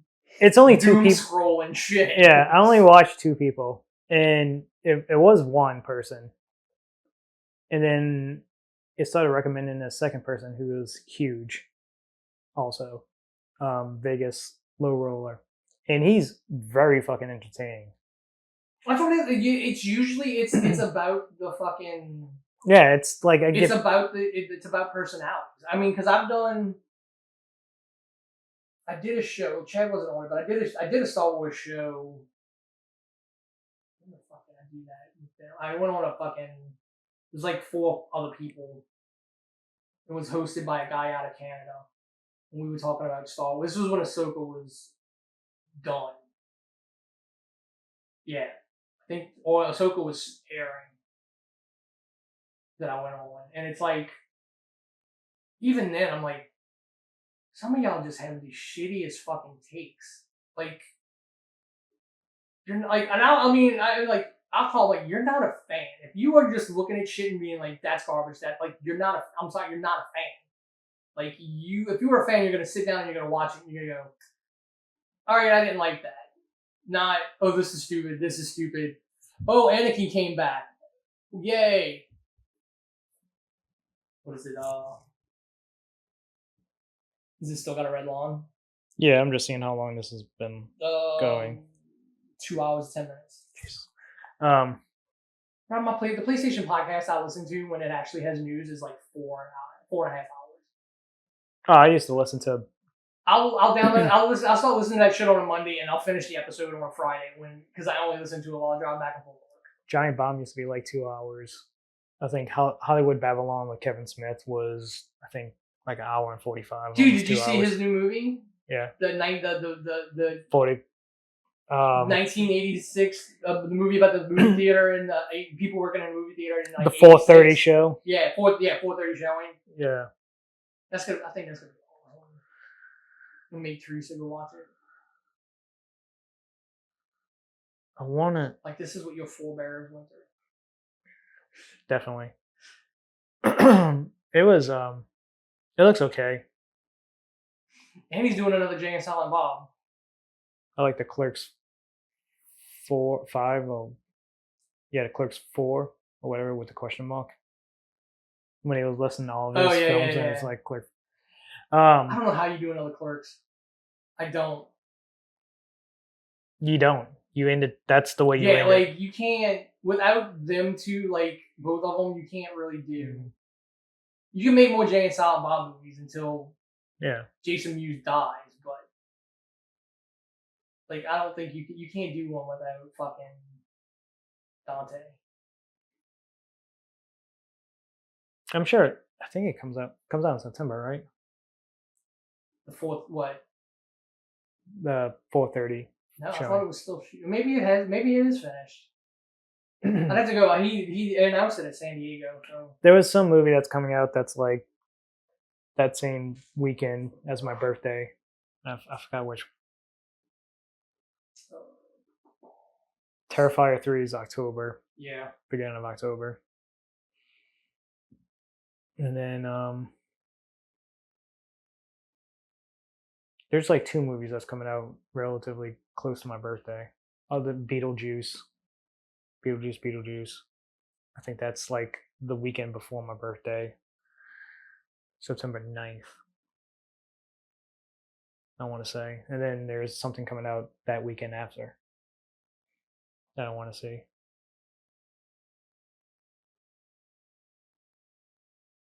But apparently Beetlejuice, Michael Keaton was only in. Oh, there's an actual fucking 2.5-minute trailer. I did not watch that. Yeah, that came out today. Oh yeah, 10 hours ago. Yeah, so. Yeah, I watched it before I came I haven't watched it yet. 2024, September 13th. Yeah. Okay. So that. Yeah, I was right. Okay. Yeah, I thought they were still shooting it, but really not.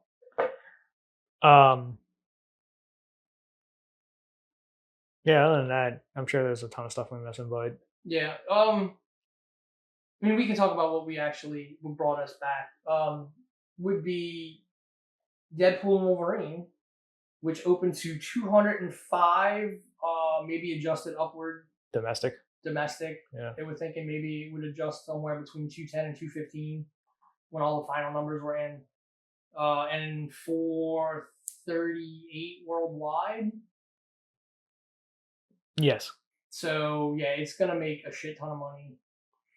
It passed $30 billion as a franchise. Yes, it pushed the MCU movies over $30 billion. So for everyone who says the MCU is dead and dying, yeah, 34 movies that made $30 billion. Even if every one of those movies had a $500 million budget, with which you could probably get to with some of them for the production budget and the advertising, that's still $13 billion in profit. You know what's second? Yeah. You what? Oh, it's second? Yeah. What, domestic this month? No. Or this week? Like franchise. Oh no, I don't. Star Wars with like 12. Yeah, that makes sense. Like Yeah.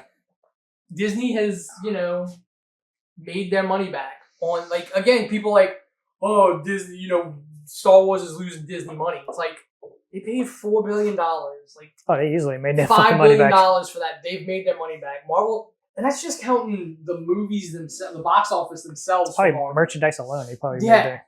Because here's the thing: there's a reason why Marvel Legends don't come with a lot of shit, because they have to pay an absorbent license fee to Disney to make those figures. So the budget for the figures is basically all on the figure, and they get very few accessories. Whereas like these motherfuckers, I have bags in that bottom drawer of just like hands and fucking helmets and all kind of shit. Because that's more of them over there. Speaking of which, that dude fucking remind me, the one with the jacket and the helmet. I don't know why. Furiosa. Oh. Well, we can talk about that. He made this dude inspired by Van Zant from Reign of Fire. Oh. So he underneath there, he's bald with the fucking goatee, like that. Christian Bale? No. That big Matthew McConaughey. Matthew McConaughey, yeah. That's essentially who that is supposed to be. That's his version of Van Zant. And the story for according to Bobby, they're making a movie. They're in pre-production, like casting wise and shit. He hasn't really said anything who's in it, well, who's doing it, but like, because IMDb's kind of crazy. Like, there's like fucking Roman Reigns is in it, and I'm like, who the fuck is Roman Reigns playing it? Like, there's no Samoan characters that he's made yet. I mean, you can easily tweak something for the movie. But yeah, like, so yeah, like, this is a whole fucking like. But so going into Deadpool Wolverine, I watched the first trailer. And that was it. I didn't watch any other trailers because I didn't want to get spoiled. I wanted to go into it like I did with Doctor Strange and the Multiverse of Madness. Like, yeah, but at least the trailer, like, so once you watch the movie, you realize the trailers literally only just show like shit from the first half out. Really, mainly, yeah. Like, and then, like, the second one showed like probably what was the biggest cameo was in the second trailer, or the last trailer. X-23 showing up. Well, the reason why they released that trailer was they were going to keep it a secret, but Kevin Feige changed his mind because she wanted to go to the premiere. Yeah. And she was like, okay, yeah, we'll let you go. So they added her. I mean, they could have even said, like, either way, like, she was in Logan. Yeah. Like, she can be here. So I went to the 3:15 showing on a Thursday and like the regular, not Dolby. Because it was like, I had to see it as quick as possible.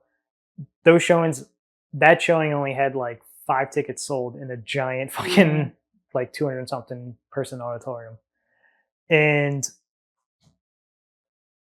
I go in and then it's first like, oh, these buckets are $28 for popcorn. The drink cups were $24. So I was stupid enough to buy one of the cups because I wanted something to drink. The cups were like the big. Was it the big Wolverine with the little figure on top of it? Yeah. They didn't have anything at fucking Clearview. Yeah, I'd have got one of those. I wouldn't have got the popcorn bucket, but I'd have got that cup. Because we got the cup for Godzilla and Kong with the little Godzilla on top of it. Yeah, I got the Deadpool one. And they couldn't keep, you know how, like, I don't know, the last time you've been at the 20, in front of the concession stand, they had that shelf with all the candy on it. Mm-hmm. You just grab the candy. Well, they were putting the buckets and the cups on that. And literally, the second they put it out, people are grabbing it. Oh, yeah. And motherfuckers are flipping it for like $100 and something. Yeah, that was dumb. Online. So I grabbed the cup. She told me it was $24. I almost had a heart attack. And I'm like, how much is the bucket? And she told me the bucket. And I was like, whatever. I didn't want to get... I was expecting so much because it brings into the whole multiverse. The endless possibilities. They could have done a lot more, yes. Yeah. I think they showed great restraint. Yes. Because they could have done this a lot. People have to realize this isn't a Marvel film. This is a Fox film. This is their last Fox film. This did not bring anybody into the... Like, it's a MCU movie because now they're acknowledging the Fox universe is a branch. They showed on the tree 1.5 Marvel characters. They showed Hogan at the front, and they showed a reflection of fucking Incredible Hulk, and that was it. And that's not even. I mean, that's not even that's literally Paramount. Well, yeah. You still can't have him in anything that's not an Avengers movie, really, or an ensemble movie. So, of course, my showing, people are bringing their fucking little kids to the showing because it's a comic book film. How'd that work out for the people who were the Watchmen? And this dude brought his kid, had to have been probably 6, had to comment on everything, type of deal. So, my thoughts on this movie was, if you like watching Deadpool and Wolverine fight each other, then you're going to love this film, because that's basically the whole film. I mean, I think that's all this movie was.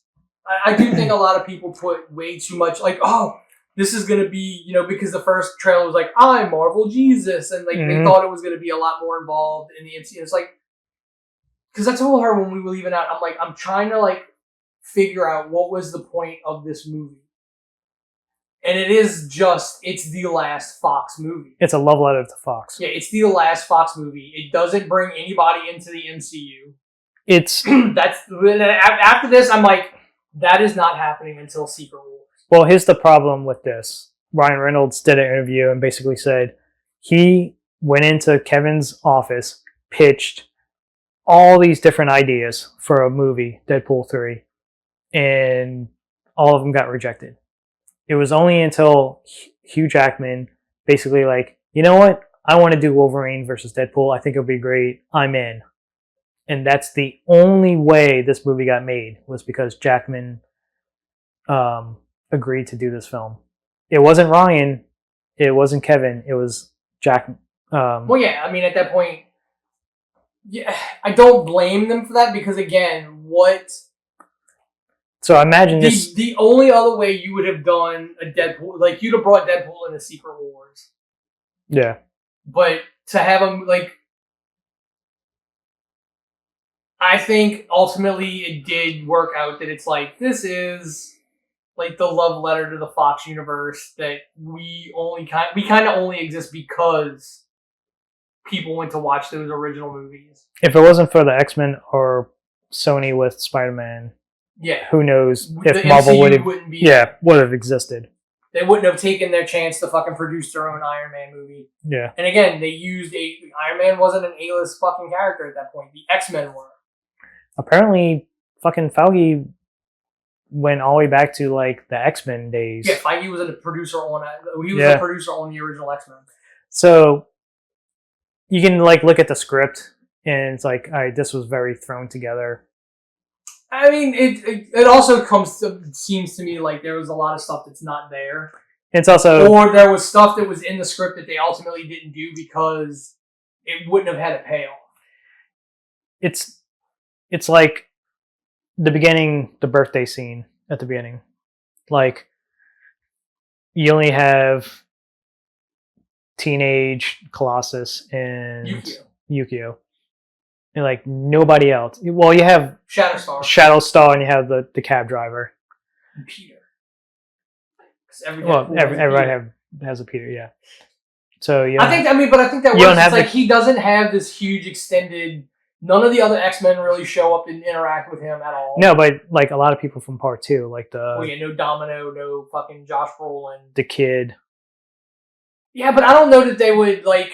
I don't know that the way it was left off at the end of Deadpool 2 that they would be that close and important to him.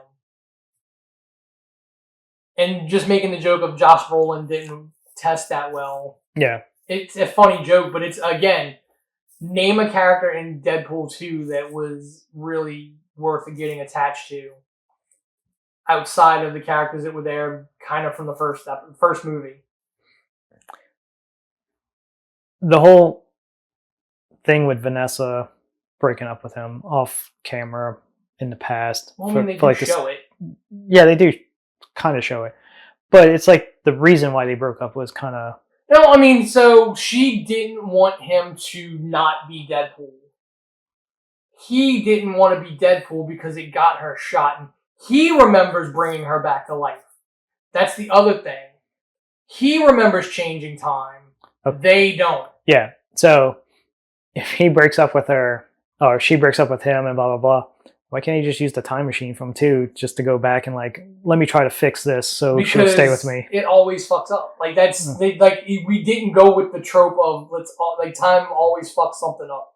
Like he was like, I'm not gonna be Deadpool because it's gonna get you killed. So like, and he's like, just tell me you don't want to be with me because I'm not changing. Because he knows like if I go back to being Deadpool, you're going to die. Like my life will get you killed. But that's what sends him on this whole, like, he wants to leave that universe and go fucking join the Avengers because he's like, if I come here, I won't have any fucking attachments. How do you get to the 616, though? Because time, like, in the Marvel universe, time travel can get you to other universes.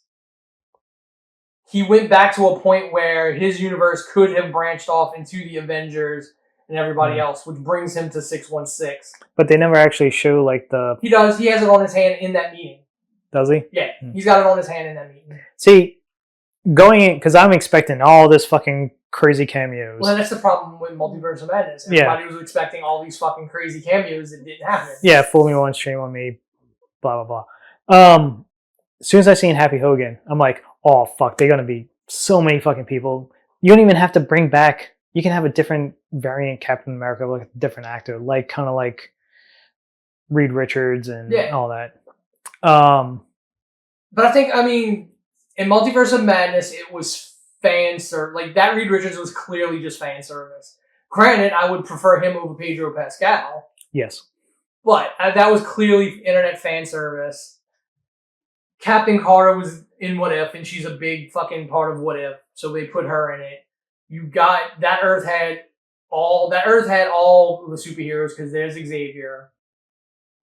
Like, this is more of like none of those characters really existed in the Fox universe, and he's really just jumping around inside his own universe, other than when he goes to that 616. I do say this movie's funnier than Part 2. Like the jokes are better. Yeah. And I think that was because of what 2 was supposed to be. 2 was supposed to be a little bit more serious. Yeah. And 3 has less of a... Not less of a plot, but it's... 3 has a simpler plot. Very simple. And it lets Ryan Reynolds act more than he has in the other 2. Like, because he had to step his shit up to go up with Hugh Jackman. He's easily the best thing in this whole fucking movie because he's acting his ass off. Yeah.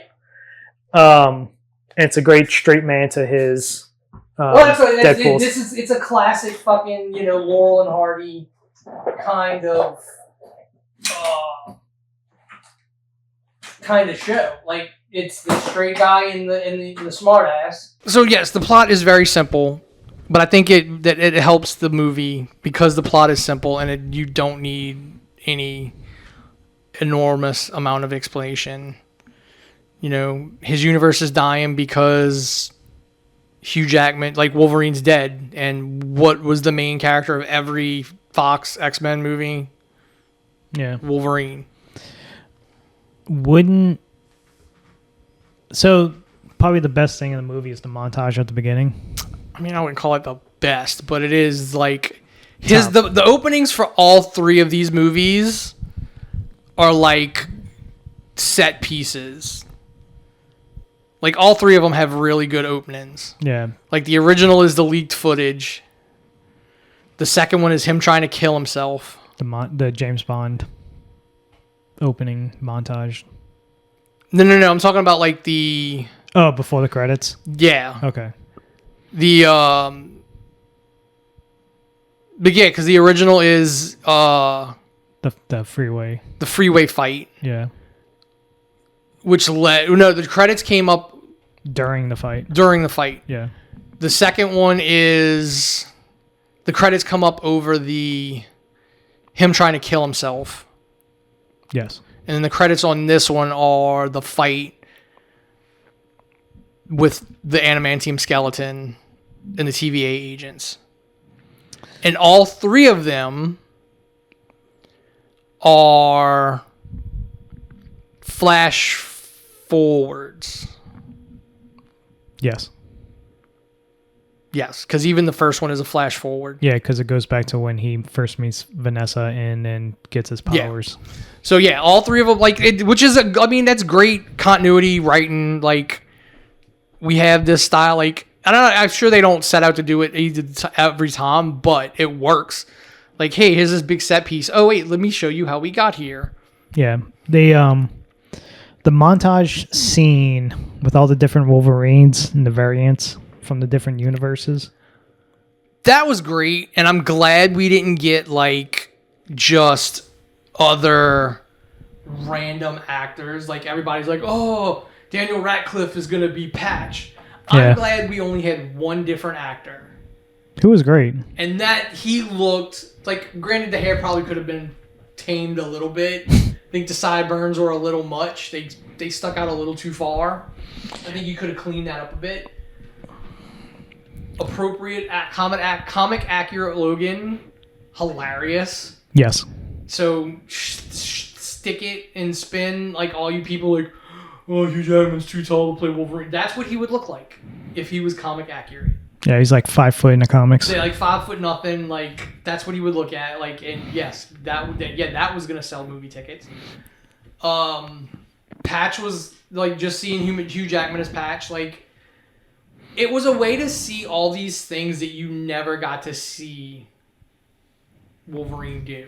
Like, I literally yelled out loud, "Holy shit!" when Age of Apocalypse Wolverine showed up. No, my holy shit moment that I fucking gasped at was the X-Men 251 cover. Yes, that was fucking awesome. Yeah, but I was not expecting that. No, but like fucking one-handed fucking Wolverine beating the living shit out. Like the Apocalypse X-Men Wolverine was pretty. If anything, great. Him showing up as to Old Man Logan, like yes, the real Old Man Logan. Yeah, the real Old Man Logan. Yeah, that was fucking awesome. That's what I'm saying. Like, you got that montage was paying off every story that you were never gonna get to see. Yeah. So here's my thing with this movie. Maybe you can. By him taking the worst Wolverine from that timeline, you just took their anchor to bring it to your timeline, to your universe.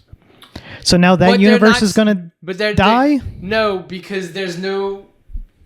Because that Logan's not there anymore. But I don't know that it's implicitly implied he's the anchor for that universe.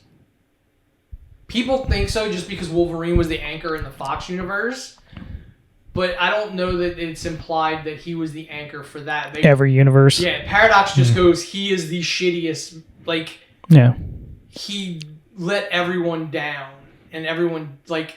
Everybody hates him. Everybody hates him. And the reason why everybody hates him is the stupidest fucking reason. Well, no, because I think going on a murder spree. Okay. How is a group of humans going to kill all of the fucking X-Men? So this is the reality where, all the assholes who are like, just shoot him in the face. I guarantee you that's what this was. And you really think Wolverine would have... He wasn't there. If he was there, he would have done anything better? Here's the thing. They wouldn't have been able to kill him. Charles Xavier can fucking stop time. Again, we don't know what the rules are in that universe. And it seems to me like it was definitely a universe where there's a full team and we want you to be a team, and this was just the jerk who's like, I don't want to be on a team. And he probably just showed up to do shit every now and then when he wanted to. My thing they should have done is you would have did the Old Man Logan story, like Mysterio tricks. But you don't have Mysterio. I get it. You can't have Mysterio. But somehow can't fully do Old Man Logan. Like you can see, but that's something. But that gives it a better gravitas, if I'm using that correctly, of why he's the shittiest one, because he fucking killed the X-Men, even though it wasn't his fault. He was tricked into doing it. He still killed all the X-Men. I think that's a little too much to explain, because then you would have people bitching that, we just got Old Man Logan in a fucking a dialogue. Like, I think it's easier to go, like, he was too much of a loner. He didn't want to, the reason why he sucks as a Wolverine is because he just fucking didn't care. If he didn't want to be on a team, then why is it fucking mad to him so much that... Because I think it's it's the redemption arc. He realizes, like, this is where, like... I think, and honestly, I don't think it dawns on him. Like, he's guilty. He feels guilty about it. He wears the uniform under his clothes. I don't think he realizes what he had and lost until he talks to Wade in that diner. It's also, if he went on a murder spree and killed a whole bunch of humans... That's the one where you But he could just sit in the bar and fucking drink and... gotta have to explain, like, this. So there's clearly something... So that would be what I would say was missing, is a kind of like a true flashback to his Earth. Yeah, they could have did a better backstory on why he's the worst. Flush that out. Now, again, here's the thing. Are we going to... Do you not do it in this because you know both of them are going to be in Secret Wars, which is going to make him come face to face with living versions of the people who died? You think Hugh Jackman's going to be... Yes. He's like, I guarantee you he's going to be in Secret Wars. He might not be in Doomsday. It didn't seem like it... He's going to be in Secret Wars. It didn't seem like it going in, like, towards the end of this movie. No, like the way they wrapped it up. Basically what the way this movie ends is the Fox universe still exists. It's just another branch on Loki's tree. Secret Wars is going to start bringing in... Yeah, but... all these other things. I don't know if Hugh Jackman wants to do this again. Yeah, he will. Fucking Russo's a direct, like, yeah, he's... I think if anything, you bring in D23. I mean, not D23, X23. They'll both be in it. That's why they brought her to live. She is technically, so... Oh, that's the best... She tells him the only reason I think she is the Daphne, like, she is the X23 from that universe. Because she says, the only reason I lived a life was because of what you did. So I don't think it's another parallel world where it played out the same. I think that is... I think this... her. Deadpool and Wolverine is one of those movies, like, you don't think too hard about...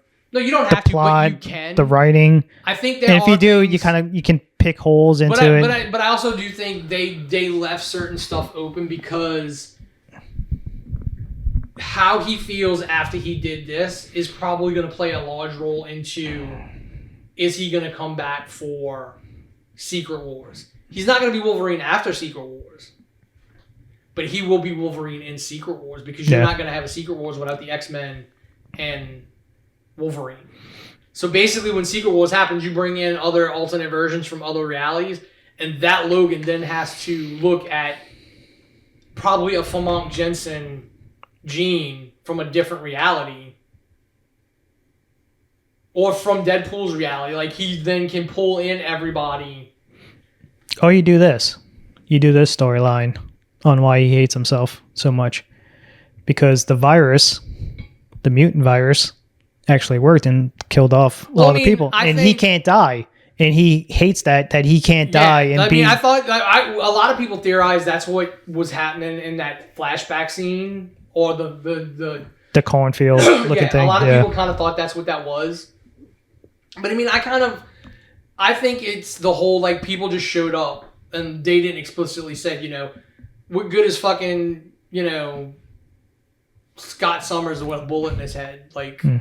You know, I think that's what happened. It was like the humans just weren't playing anymore, and fucking. Yeah, but I can't see a group of humans taking down the fucking X-Men. That could have been a shit ton. Like, there's like, again, we don't know. Even if it's a shit ton of them, we don't. Again, that's one of those things. Like, we kind of probably needed to see that play out, or we'll see that play out in a flashback in Secret Wars. You don't throw it all into one, just going, oh, like, Hugh's not going to come back. So if Hugh has already decided, like, yeah, I'm going to come back for Secret Wars. All right, cool, we can spread some of this out.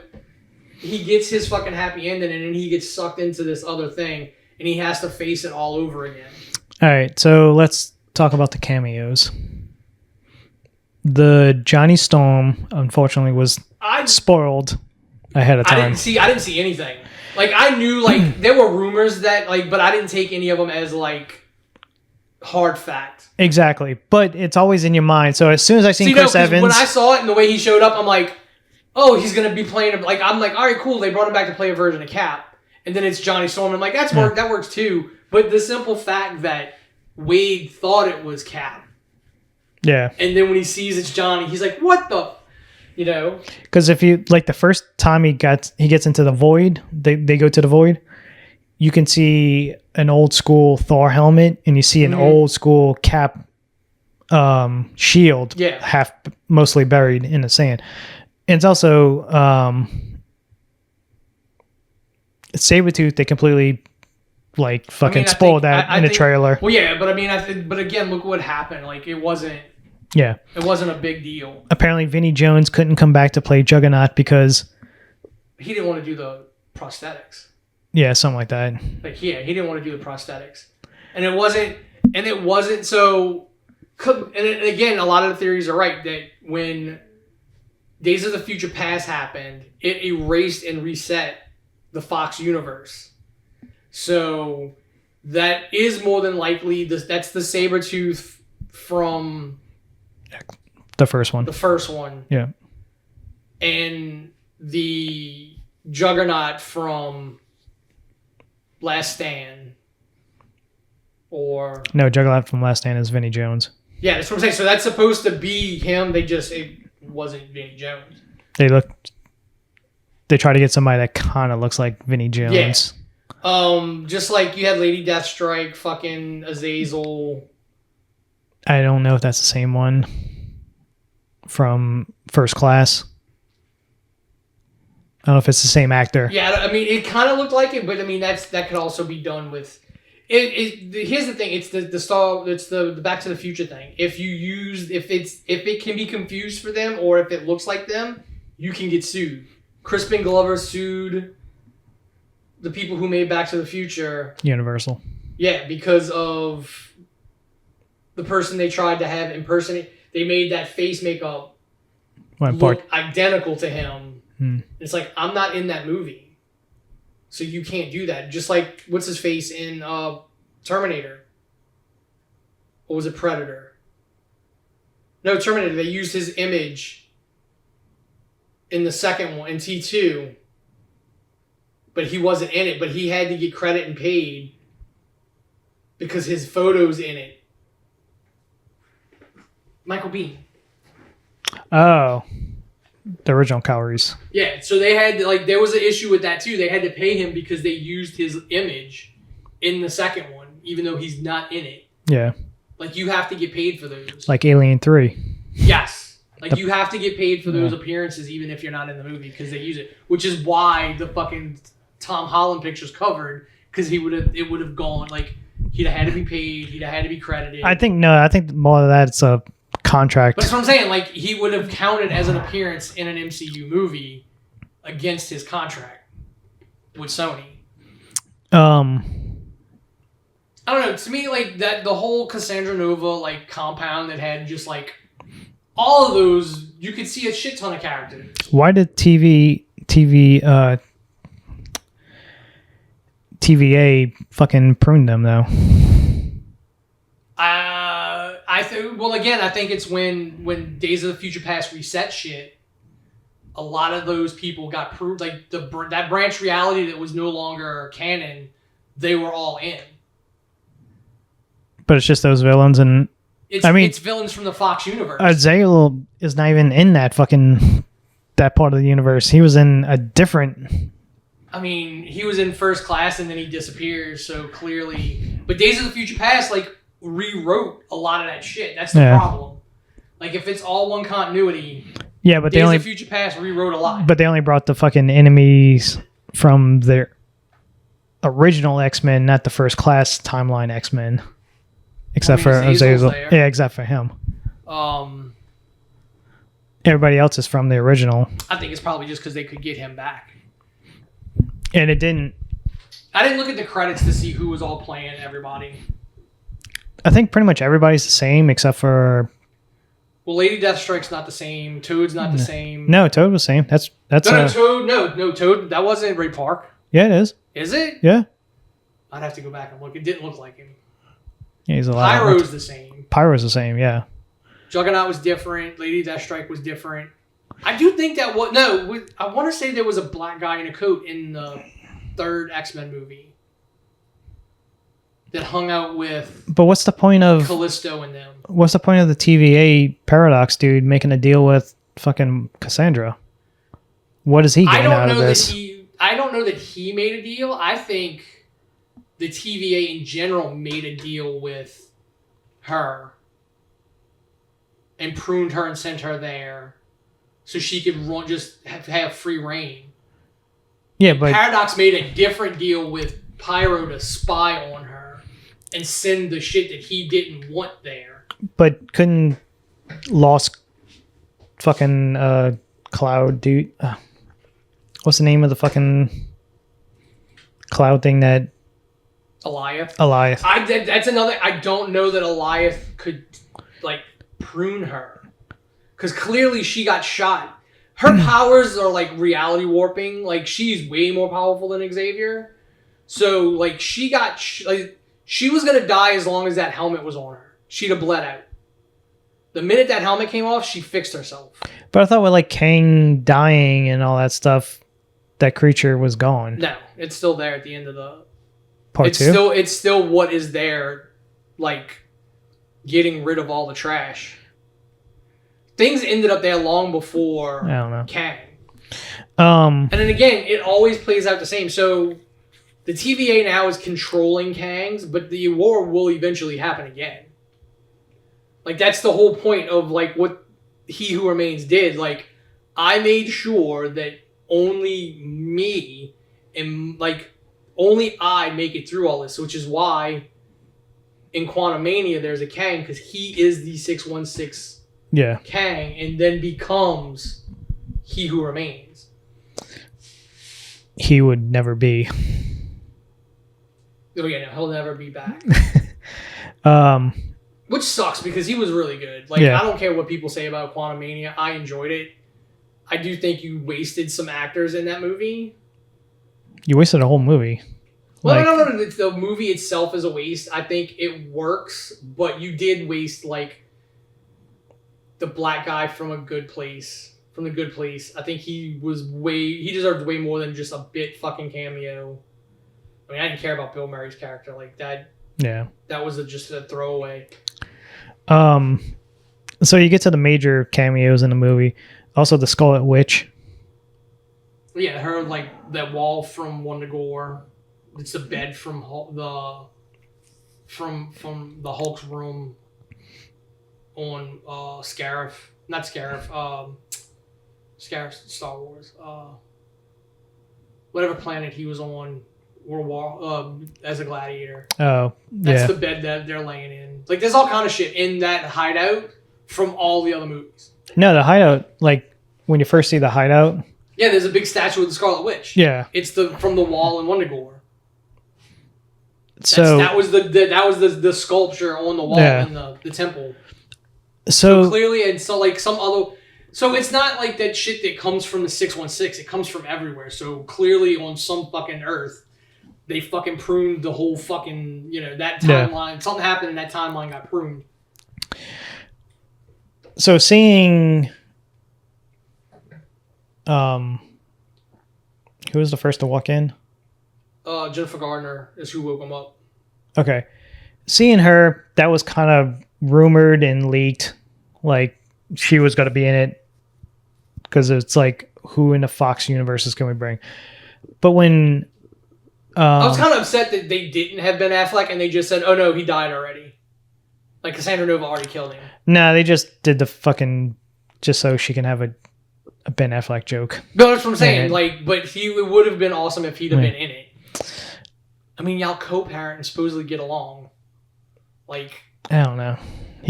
It's weird. Like, him and Jennifer's now supposedly getting a divorce, and yeah, it's so... I don't know. When Blade walked in... I love that. Dude, because I love the original Blade movies. I was like, I thought they fucking hate each other. No. Apparently they made up. Apparently... I know, there's an article or something, I didn't read it, that talks about the supposed, like... tension between him and Ryan Reynolds. Apparently, most of Blade 3 is his stunt double. I think, yeah, that's what apparently he was so fucking high. Yeah, I think he was just out of it for yeah. Which is why, I love the whole fucking Wade going, I thought you were retired. Retarded. No, don't try and get me canceled. It's also Wesley Snipes. I guess he's got dentures or something. I'm the only Blade, and I'm the only Blade there will ever be. Just fucking dig that fucking you can't get your Blade movie off the fucking ground. But I mean, he still looks like skin. Like, he's clearly older. He's clearly not in the shape he was. You can tell, like, older people when they talk, you can tell they got dentures or they got fake teeth in because of just like the way they talk now, and that kind of. Well, I mean, I could see that with Wesley Snipes. He did have fangs in. Yeah. And they probably weren't as quality as the ones he wore in the other movies, because these weren't meant to be worn for months. Yeah. So when Blade walked in, I was like, holy shit, they got fucking Blade. And then when Channing Tatum walked in as Gambit in fucking costume, accurate costume, and I'm like, and the overblown fucking accent.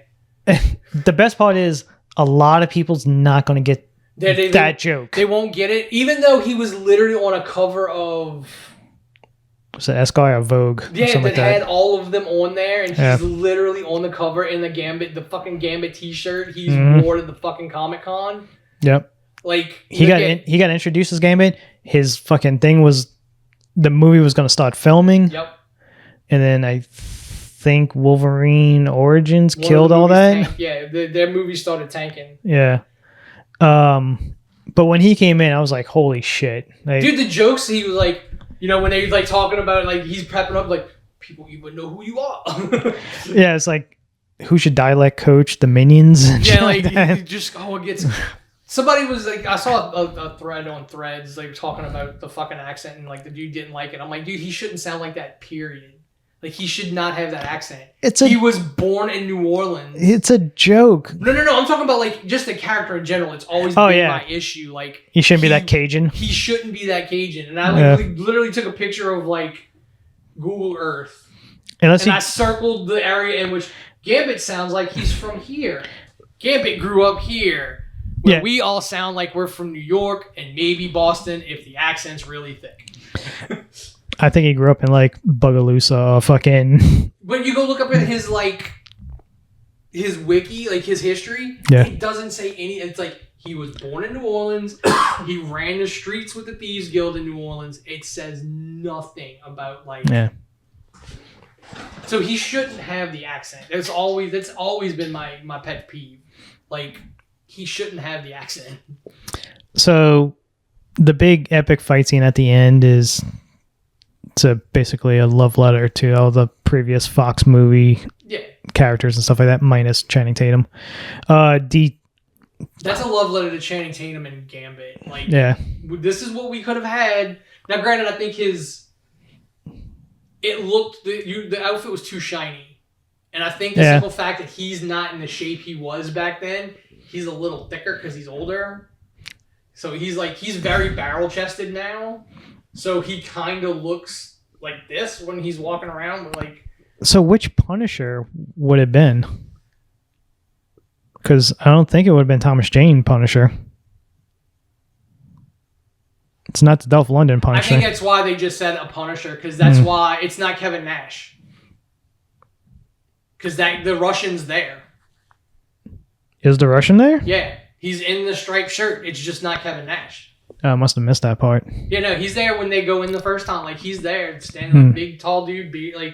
He's there. So, Punisher was universal. The Thomas Jane one? Yeah. I don't know War Journal. I don't know where that sits. It's all they all had to have been Universal, I think, or Lionsgate. If they would have got, no, because Lionsgate was Elektra and Daredevil weren't Fox. They were Lionsgate. Blade wasn't Fox. Was the later Blade movies Fox? I don't think so. I mean, they showed him in the montage with all the other Fox characters. But I mean, I think that was because they showed unless it was Ryan Reynolds as Hannibal. Unless Fox owned the movies, owned the movie rights, and they just but like lent it out to a different studio to do. Let's see who. Like a partnership. New Line was Blade. Yeah. Distributed by New Line. Yeah, who owns New Line? Warner Brothers. Oh. So Blade can turn on DC?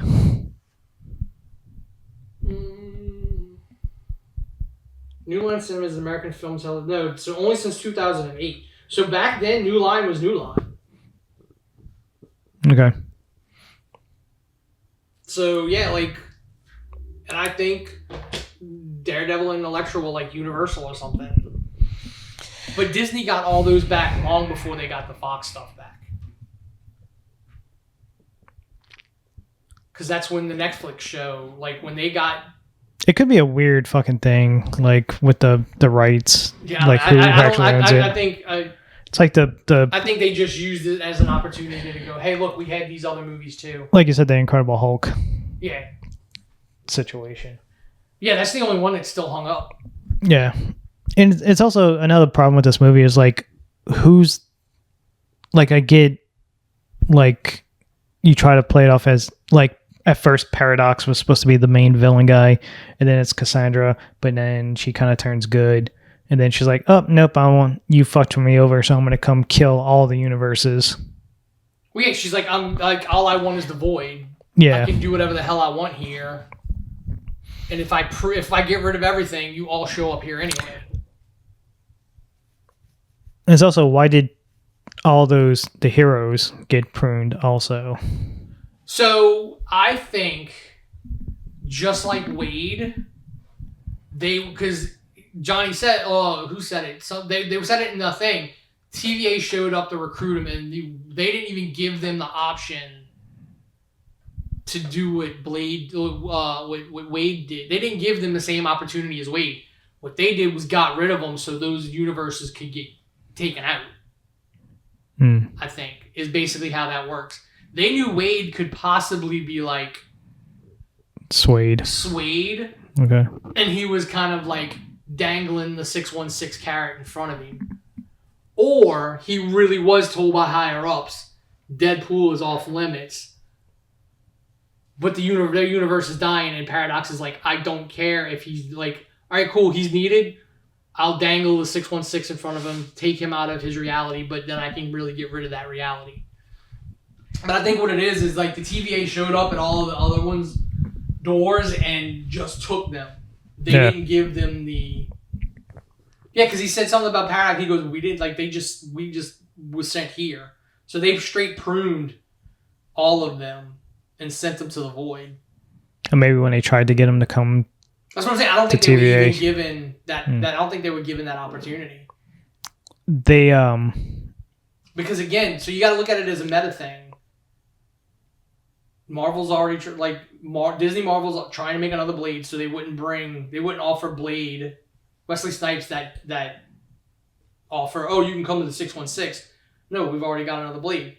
They're not going to offer Elektra that because Daredevil Netflix is in continuity now, and there's an Elektra on that show, so we don't need that Elektra.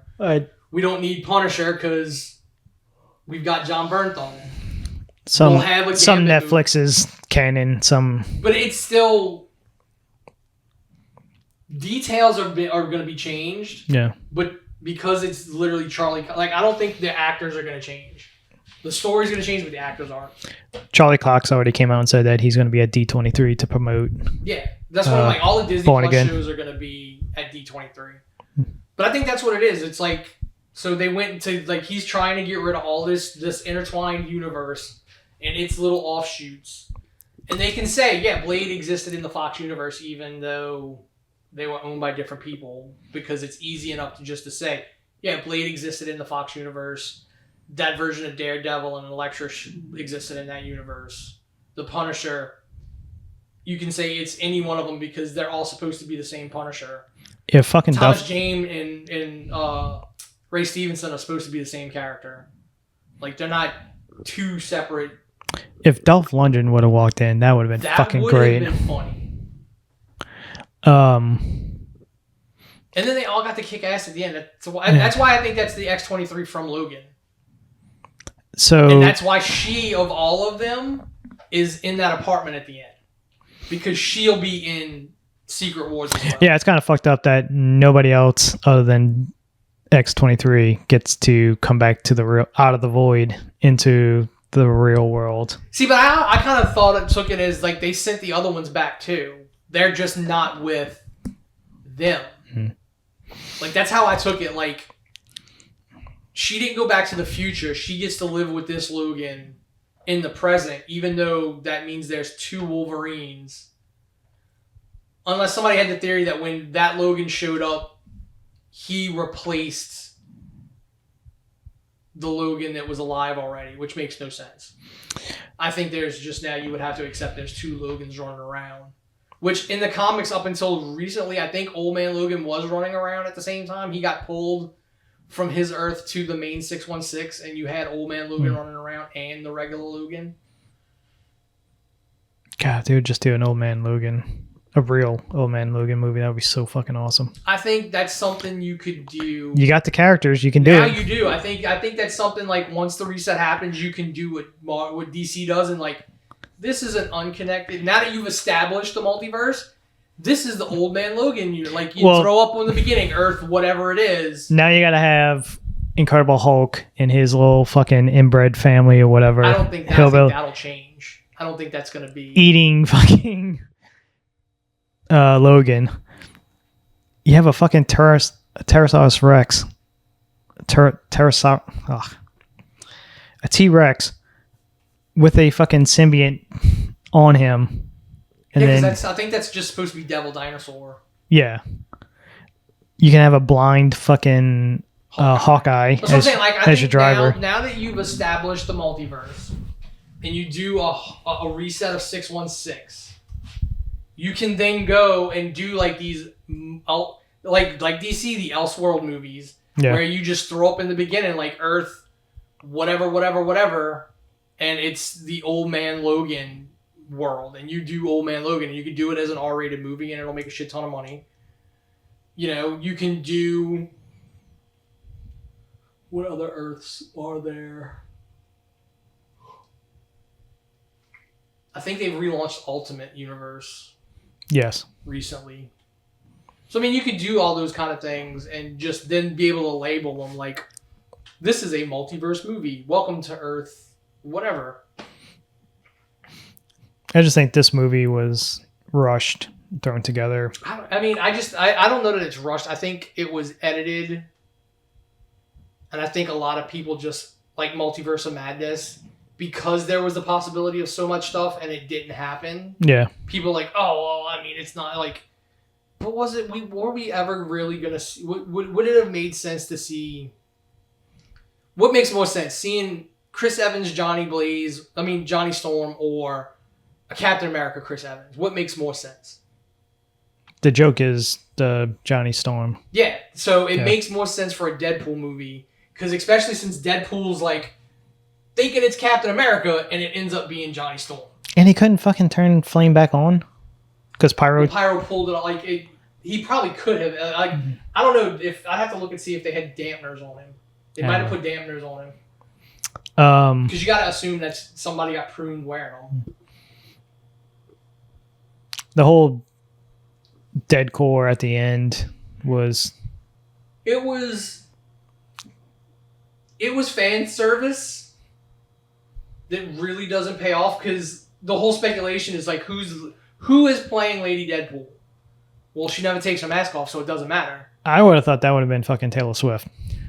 And I was like, no, it's going to be Blake Lively. It makes more sense that it's Blake Lively to fuck, because again, they make it sound like it's Blake Lively. Oh, she just had a baby and her tummy's all flat and all that. And he's like, you can't say that. And she's like, well, so it's implied that it's actually Blake Lively as Lady Deadpool, because she had just had a kid and was like already back into shape and shit. Because Matthew McConaughey plays Cowboy Pool. Yeah, I was like, where's Pirate Pool? Like, there's a pirate ship in the void. I can't remember who Head Pool was. Like the floating head. Yeah. Kid Pool was all like. I think those are the kind of things like they brought in as like, because it's a thing in the comics and it's a funny bit, but it can be used now in the future. Because then now, once the whole Spider-Man thing gets set, you can do Gwenpool. Yeah. You can do all this other stuff. The only good one was Good Pool. Yeah, it's like, I can break the fourth wall too. The proposal. Yeah. It's like, what? All right, how long does it take for your regeneration to kick in? What regeneration? The fucking Deadpool that doesn't have a healing factor. The best part is like when he didn't go through the experiment. Yeah, because he's good looking. So when he does that scene and he goes off to the side, and then Wolverine just grabs the dog and just nobody's gonna shoot the dog. Yeah, nobody's gonna shoot at the dog. And another thing too with Wolverine and Deadpool, like how fast are their regeneration? Because it's like almost instant. Yes, and if you watch, like, it kind of showed Logan's like peak regeneration when he was like in X-Men 3, when Dark Phoenix is like ripping pieces of him off, like her energy is. Yeah. And he's like instantly healing because they're like, you're the only one that can get close to her because everybody else is gonna get fucking dusted. And you're the only one that can go into the past because your regeneration. Yeah, you're the only one. Well, you're the only one alive. But yeah, you're the only one alive back then. Yeah. Which makes more sense than Kitty getting sent back for no fucking like. I mean, Charles is there. Magneto's there. Well, yeah, they could have been sent, but they wouldn't have made. Their mind couldn't handle it. Yeah, they wouldn't have made any sense. Like, no, you can go back and possess yourself because you're alive back then.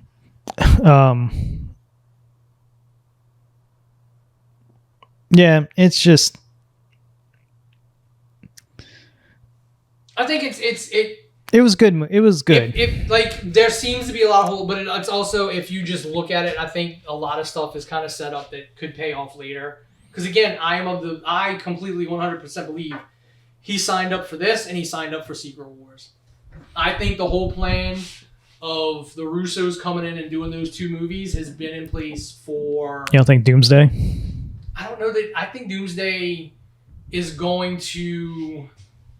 It's an Avengers movie, so it has to be some form of Avengers, but I don't think you're going to see like the big returns and stuff like that until Secret Wars, because it's going to play out like Secret Wars. Yeah. It's going to play out like Secret Wars and Battle World. Just like I don't think after Secret Wars, Robert Downey Jr. is not going to be Doom. Wolverine is not going to be Wolverine after Secret Wars. I mean, look, Hugh Jackman's not going to be Wolverine after Secret Wars. You're going to get a whole new Iron Man. You're going to get a whole new Cap. Like, you want to hear my... Or you'll have a Cap come back. I don't know that you pull Captain America from Anthony Mackie. This is going to be my suggestion for Doctor Doom. It's going to be... Let me get this actor's name so I don't mess it up. Kevin DeRaid. You might not know the name, but did you see Abigail? No. Very good movie. If it wouldn't have got spoiled in the trailer, it would have been a great like little twist halfway through the film. But it's a very good vampire film. Oh, that Abigail. Okay. Yeah. I thought you were talking about the doll. No, Annabelle. that's Annabelle. Yeah. He played in that. He was in the newest Planet of the Apes film. He was the bad guy. He was the bad ape that everybody loved. Yeah, I need to watch that one. Watch, I'll just show you the picture of the guy. He was in Lost. Cammy. Fuck. The Strain. Never watched The Strain. Jesus Christ. That dude.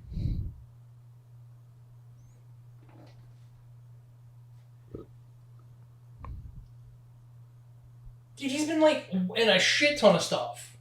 Well, yeah, I'm trying to name off the top. That was fucking Blob. Yeah, Blob. Yeah, speaking of Wolverine, yeah. Which the Blob is in this, and it's not him. Apparently, he was also Little John in Robin Hood, the Russell Crowe one. I was just trying to name shit off the top of my head. He's been in a whole bunch of shit. But he's an Eastern European. He can do an Eastern European accent because he's half Russian or something like that. Part Russian. Yeah, I mean he's a Canadian actor, but he has my two biggest picks would be Cillian Murphy or which a lot of people are betting on. Mads Mikkelsen coming back. Like once the reset is done, it doesn't matter. Like, but you can't have the fucking one dude play two characters in the same universe. I mean, and we've already proved that's happened multiple times in the MCU. Yes.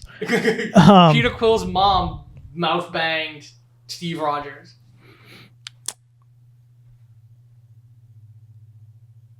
I would have had another possibility other than because I thought about Mads Mikkelsen because you just need a voice. He would play it great. He'd be a great dude. You just need a voice. You don't have to have a fucking face. You could just have him already fucking established as the leader of fucking... Yeah, you would just have to show him in a flashback. So like a de-aged Mads Mikkelsen playing...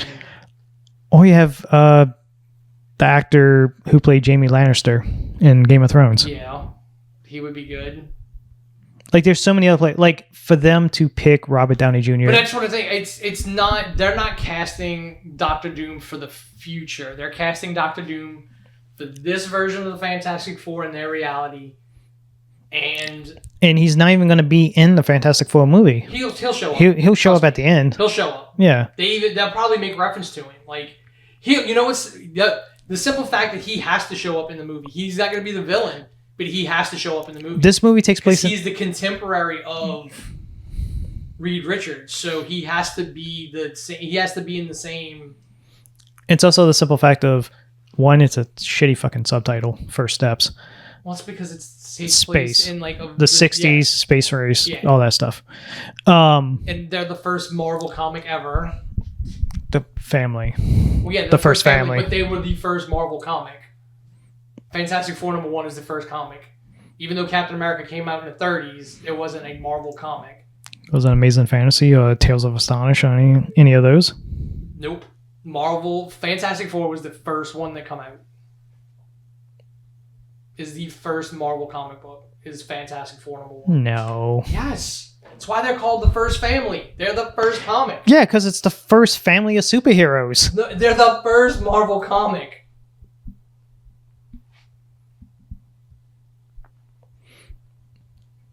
When I put Fantastic Four in, it's just going to show me all the fucking movies.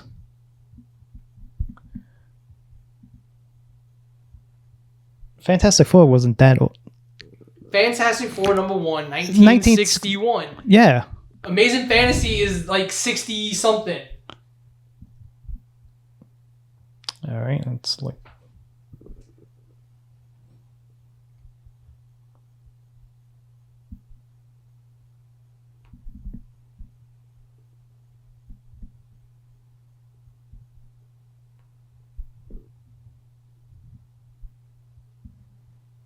Anyway, I'm not going to look this up. Yeah, and this is like, oh, Marvel Comics #1. No, that's not the first fucking Marvel comic. Fantastic Four is the first Marvel comic.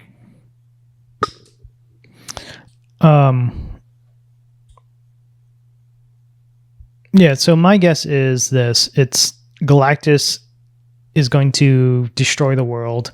They somehow Reed makes some type of dimension hopping thing to save themselves at the last second. And I guess Doom comes with them. Yeah, somehow, like, I would say that they are stuck in the negative zone. Something happens in that movie. They are stuck in the negative zone when Galactus destroys the Earth. Yeah. Like, maybe Doom does interfere and they all get sucked into the negative zone. And then they get pulled out of the negative zone. Or so, like, Doomsday happens. That's the issue. Like, where does Doomsday happen that it's called an Avengers movie? So is it going to be 616 Avengers, or are we going to see alternate versions of the Avengers? I don't, because that leads into Secret Wars. What is the huge fucking stake that Doomsday's going to do? I mean, Doctor Doom's going to do to pull every single superhero in the universe to go up against him to stop him. Yeah, Amazing Fantasy #1, December 1961. All right, so it was like a couple months. Yeah, but again, later. The first Marvel comic book was Fantastic Four #1. Yeah, that's the issue. Like, I get the story and where it could pay off, what the payoff's going to be. I just don't know how you get from Fantastic Four to Avengers Doomsday. Problem is, I don't think they really know. I think they had. I think that's why they brought the Russos and the people who wrote Endgame and Infinity War back. Yeah. Because they're like, we need to get from this to this. We had Kang, who was a perfect fit because Kang is a descendant of Reed. It all worked. We can't do that now. So that's why it's like, I don't think it's desperation. They just went to people they knew who could figure it out. And the Russos probably came up with a story, and they're like, the perfect person to play this version of Doctor Doom would be Robert Downey Jr. Because it brings the entire MCU full circle. It's very mixed too. I've seen a lot of people love it because they're just fanboys and you're just going to love it no matter what. And then you got people who hate it. No, I mean, I love it for the simple fact that if it all plans out and Secret Wars does happen like the comics with God Emperor Doom, like the 616 Avengers having to fight Tony, like, is going to lead to some fucking drama. Well, it's going to lead to, like, the big thing everybody talks about is, like, the first time Spider-Man sees Tony. And then how do you, if you were going to bring Chris Evans back as Captain America, which we've already shown in continuity, we can de-age him. But he's already an old man. Yeah, and all they do is put him in the machine and they de-age him back to... Because Paul Rudd went from old man to normal to baby. Like... So it can be done. But it just kind of... back in the comics. It just kind of weakens fucking... I don't think so, because if that's the case, then all comics weaken the comics that came before him. Did Bucky come back being the Winter Soldier weaken him dying as Bucky in World War II? I don't think so. But the movies can't wait decades to do that. But you already had a good... With Tony Stark and Captain America, you already had a good ending for them. They're done. They can move on, and we can go on to these other characters and not have to rely on them. Your vocal minority on the internet is complaining, we don't want nothing new. We want... And again, it's one of those, like... These are comic book characters that have been around for almost 100 years. They can be played by other people. But... Everybody's like, no, Robert Downey Jr. is the only Iron Man, and Chris Evans is the only Captain America. Yeah, they were great casting, but you can have other people play them. I don't want to see Chris Evans come back as 616. I would rather in Secret Wars, the Captain America shows up as Hydra Cap from another reality.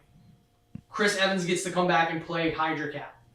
that to me that would like if I was Chris Evans, that would be what I would come back to. So they're doing recent Secret Wars. They're not doing like 1990s. No, they're not doing the original. It's gonna be this. It's if they're using Doom, it's the new. It's the 2015 version. Okay. Because that's God, Emperor Doom, and Battle World, which basically everybody assumed Secret Wars was gonna be Battle World, and like Kang Dynasty was gonna set up for Battle World. Like at the end of Kang Dynasty, you were gonna have something happen to where Battle World was formed and with all these different versions of. I would love like maybe years and years down the line they would just come out and it's like here was the original plan we had until the Jonathan Majors thing happened. Yeah, I assume we'll probably hear what that was after these come out. Yeah. Because the one thing I do like about Disney Plus is after these things come out, there's that making of they put out, and they usually like I could see that being a part of this, like the rewrite of.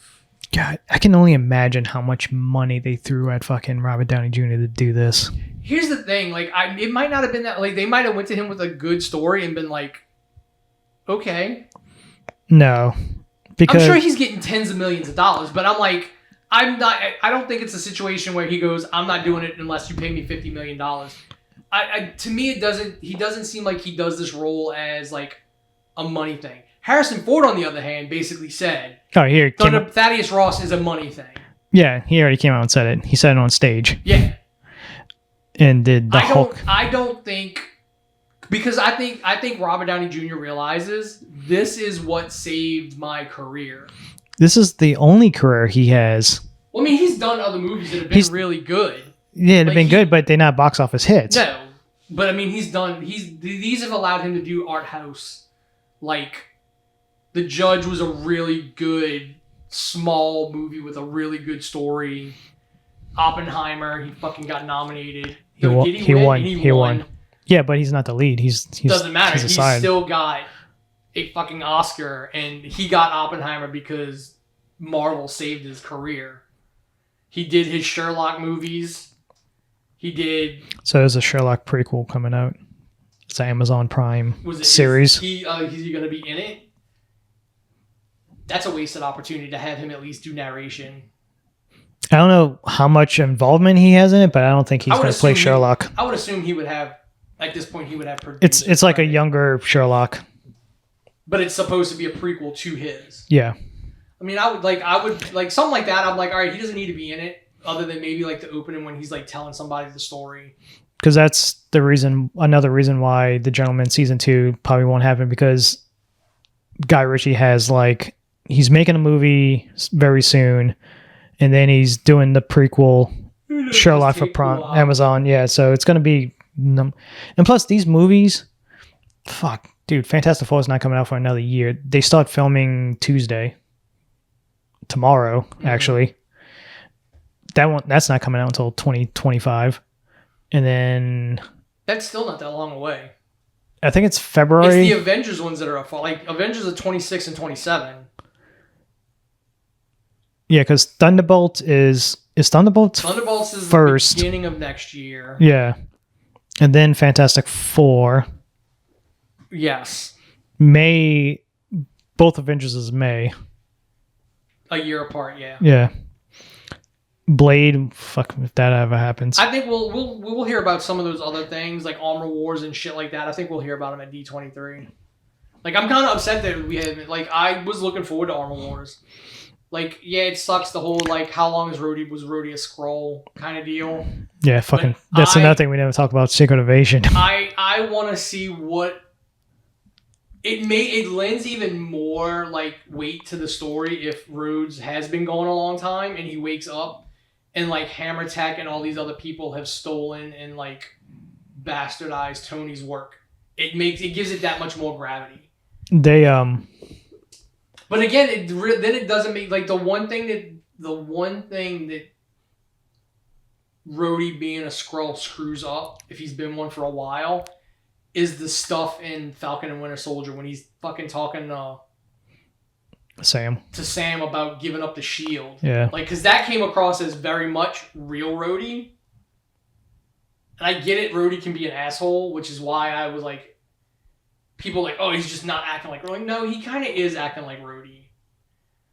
But, like, you have to establish at some point how long he was a Skrull, or you just forget about fucking Secret Invasion altogether. I'm sure at D23 next week, whenever it happens, they're just going to have that giant timeline of, like, That's usually where here's phase whatever. Shang-Chi 2 is, I'm sure, going to happen. I don't need a Shang-Chi. Like, I wasn't. Like, everybody loves Shang-Chi. Like, I wasn't a fan. I didn't watch it. I was not a fan of it. Like, there's certain aspects of it that were okay, but I'm not a fan of the rings. Like, now they're bracelets. Like, not rings. You still got to do Doctor Strange 3. I think you could probably make that a big part of either Secret Wars or Doomsday. Like, if you have the fallout from whatever happens in the Fantastic Four. Yeah. And Strange gets sucked up into that because of some kind of, like, an incursion deal. I think you could get away with it that way. Speaking of which, what the fuck happened to Kraven? It got pushed back. I don't know when it's coming out. It's supposed to come out at the end of the year. I don't know when, though. Because they showed all those trailers, and then it just went radio silent afterwards. Madam Web fucking Tanked. failed horribly. I think they got nervous. Even though, to me, Kraven doesn't look bad. Like, I don't understand these villain movies without Spider-Man. No, it's these villain movies that has to show, like, oh, they never was really bad or anything like that. But again, was Kraven bad, or was he just a hunter that wanted to hunt Spider-Man? He was a hunter that basically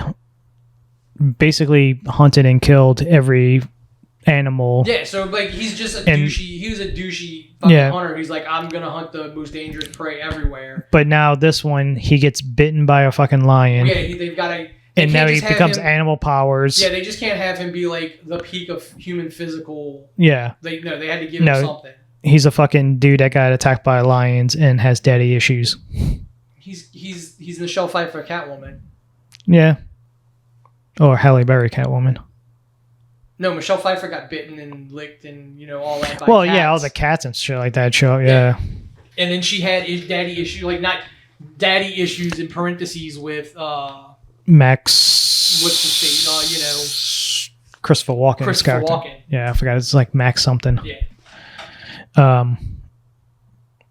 Because I thought about that because when I seen the Venom trailer in front of Wolverine and Deadpool, I think they all got pushed, and I think they pushed Venom, and then pushed Kraven. Another pointless movie. Yeah, and the simple fact that I'm pretty much, I believe everything they fucking said. It totally killed. That kid is supposed to be a young Peter Parker. It totally. And he ends up trying to protect Peter Parker. It totally fucking kills that end credit scene. Like, it was, and I think it just comes down to that the Disney Marvel has a plan, and so, like, Sony Marvel does not. Oh, no. Just like that friggin' interview when it was Kevin Feige and that woman that produces the Spider-Man stuff, and she's like, yeah, everything Sony makes is canon to the MCU, and Kevin's like... So, the chick who plays Madam Web, Don Johnson's daughter. Mm-hmm, Dakota Johnson. When she got pitched by the agent, they lied to her. They straight up lied to her.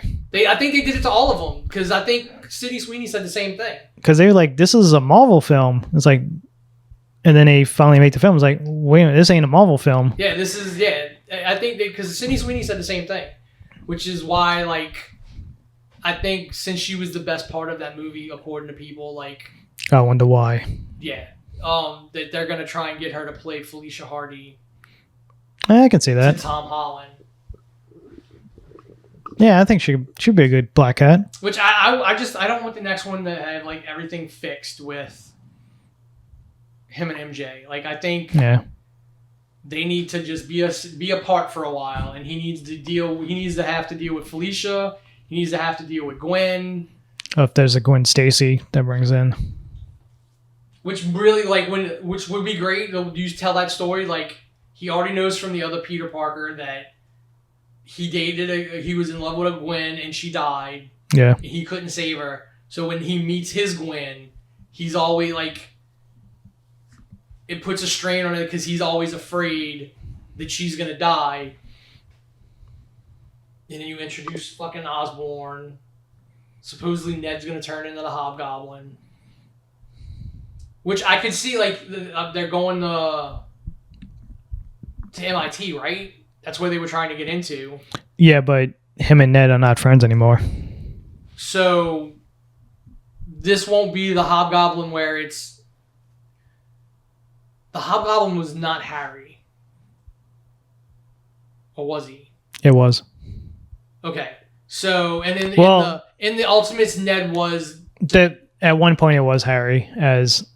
Either way, I think you can do it because he goes to MIT, something happens, and he turns into the fucking Hobgoblin. And that causes Peter to have to, like, intervene because he's like, no, I know. He probably feels like it's partially his fault because now he wasn't in his life and he couldn't do anything to stop it. Flash Thompson? No, Flash was... Is Flash Agent Venom? Well, yeah. But I thought, like, early Hobgoblin stuff. I think there was just another... They just had somebody else be Hobgoblin. I think it was just another character they created. Yeah, but then there's, like, the second version of Hobgoblin, the third version, like, different people that took over. That's what I'm saying. I think this could be Ned. Something happens to Ned and he becomes a Hobgoblin and Peter feels guilty for it because he wasn't there to prevent it. And it starts all that shit. Let's see. He still doesn't tell him because he has a fear that if he tells him... No, it was the original one was Ned. Yeah. Yeah. So I think you can write that and have it work. I just don't want them to wrap that. I want them to stay apart for a while.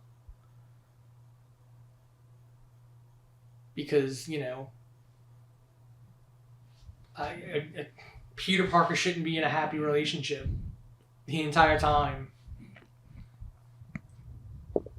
Yeah, so, I mean, I guess that's it. We've been going for like 3 hours. I have to go and listen to this and see how it sounds. Yeah, damn. All the hard cuts. Yeah. So, until next time, which will probably, hopefully, be next week. We'll figure it out. Yeah. I'm Wayne, that was Paul. And this has been the Media Clash Podcast, Volume 3, Episode 1. We'll call this the ketchup episode. And not ketchup as in tomato sauce, but ketchup as in, you know, catch and then up. Later.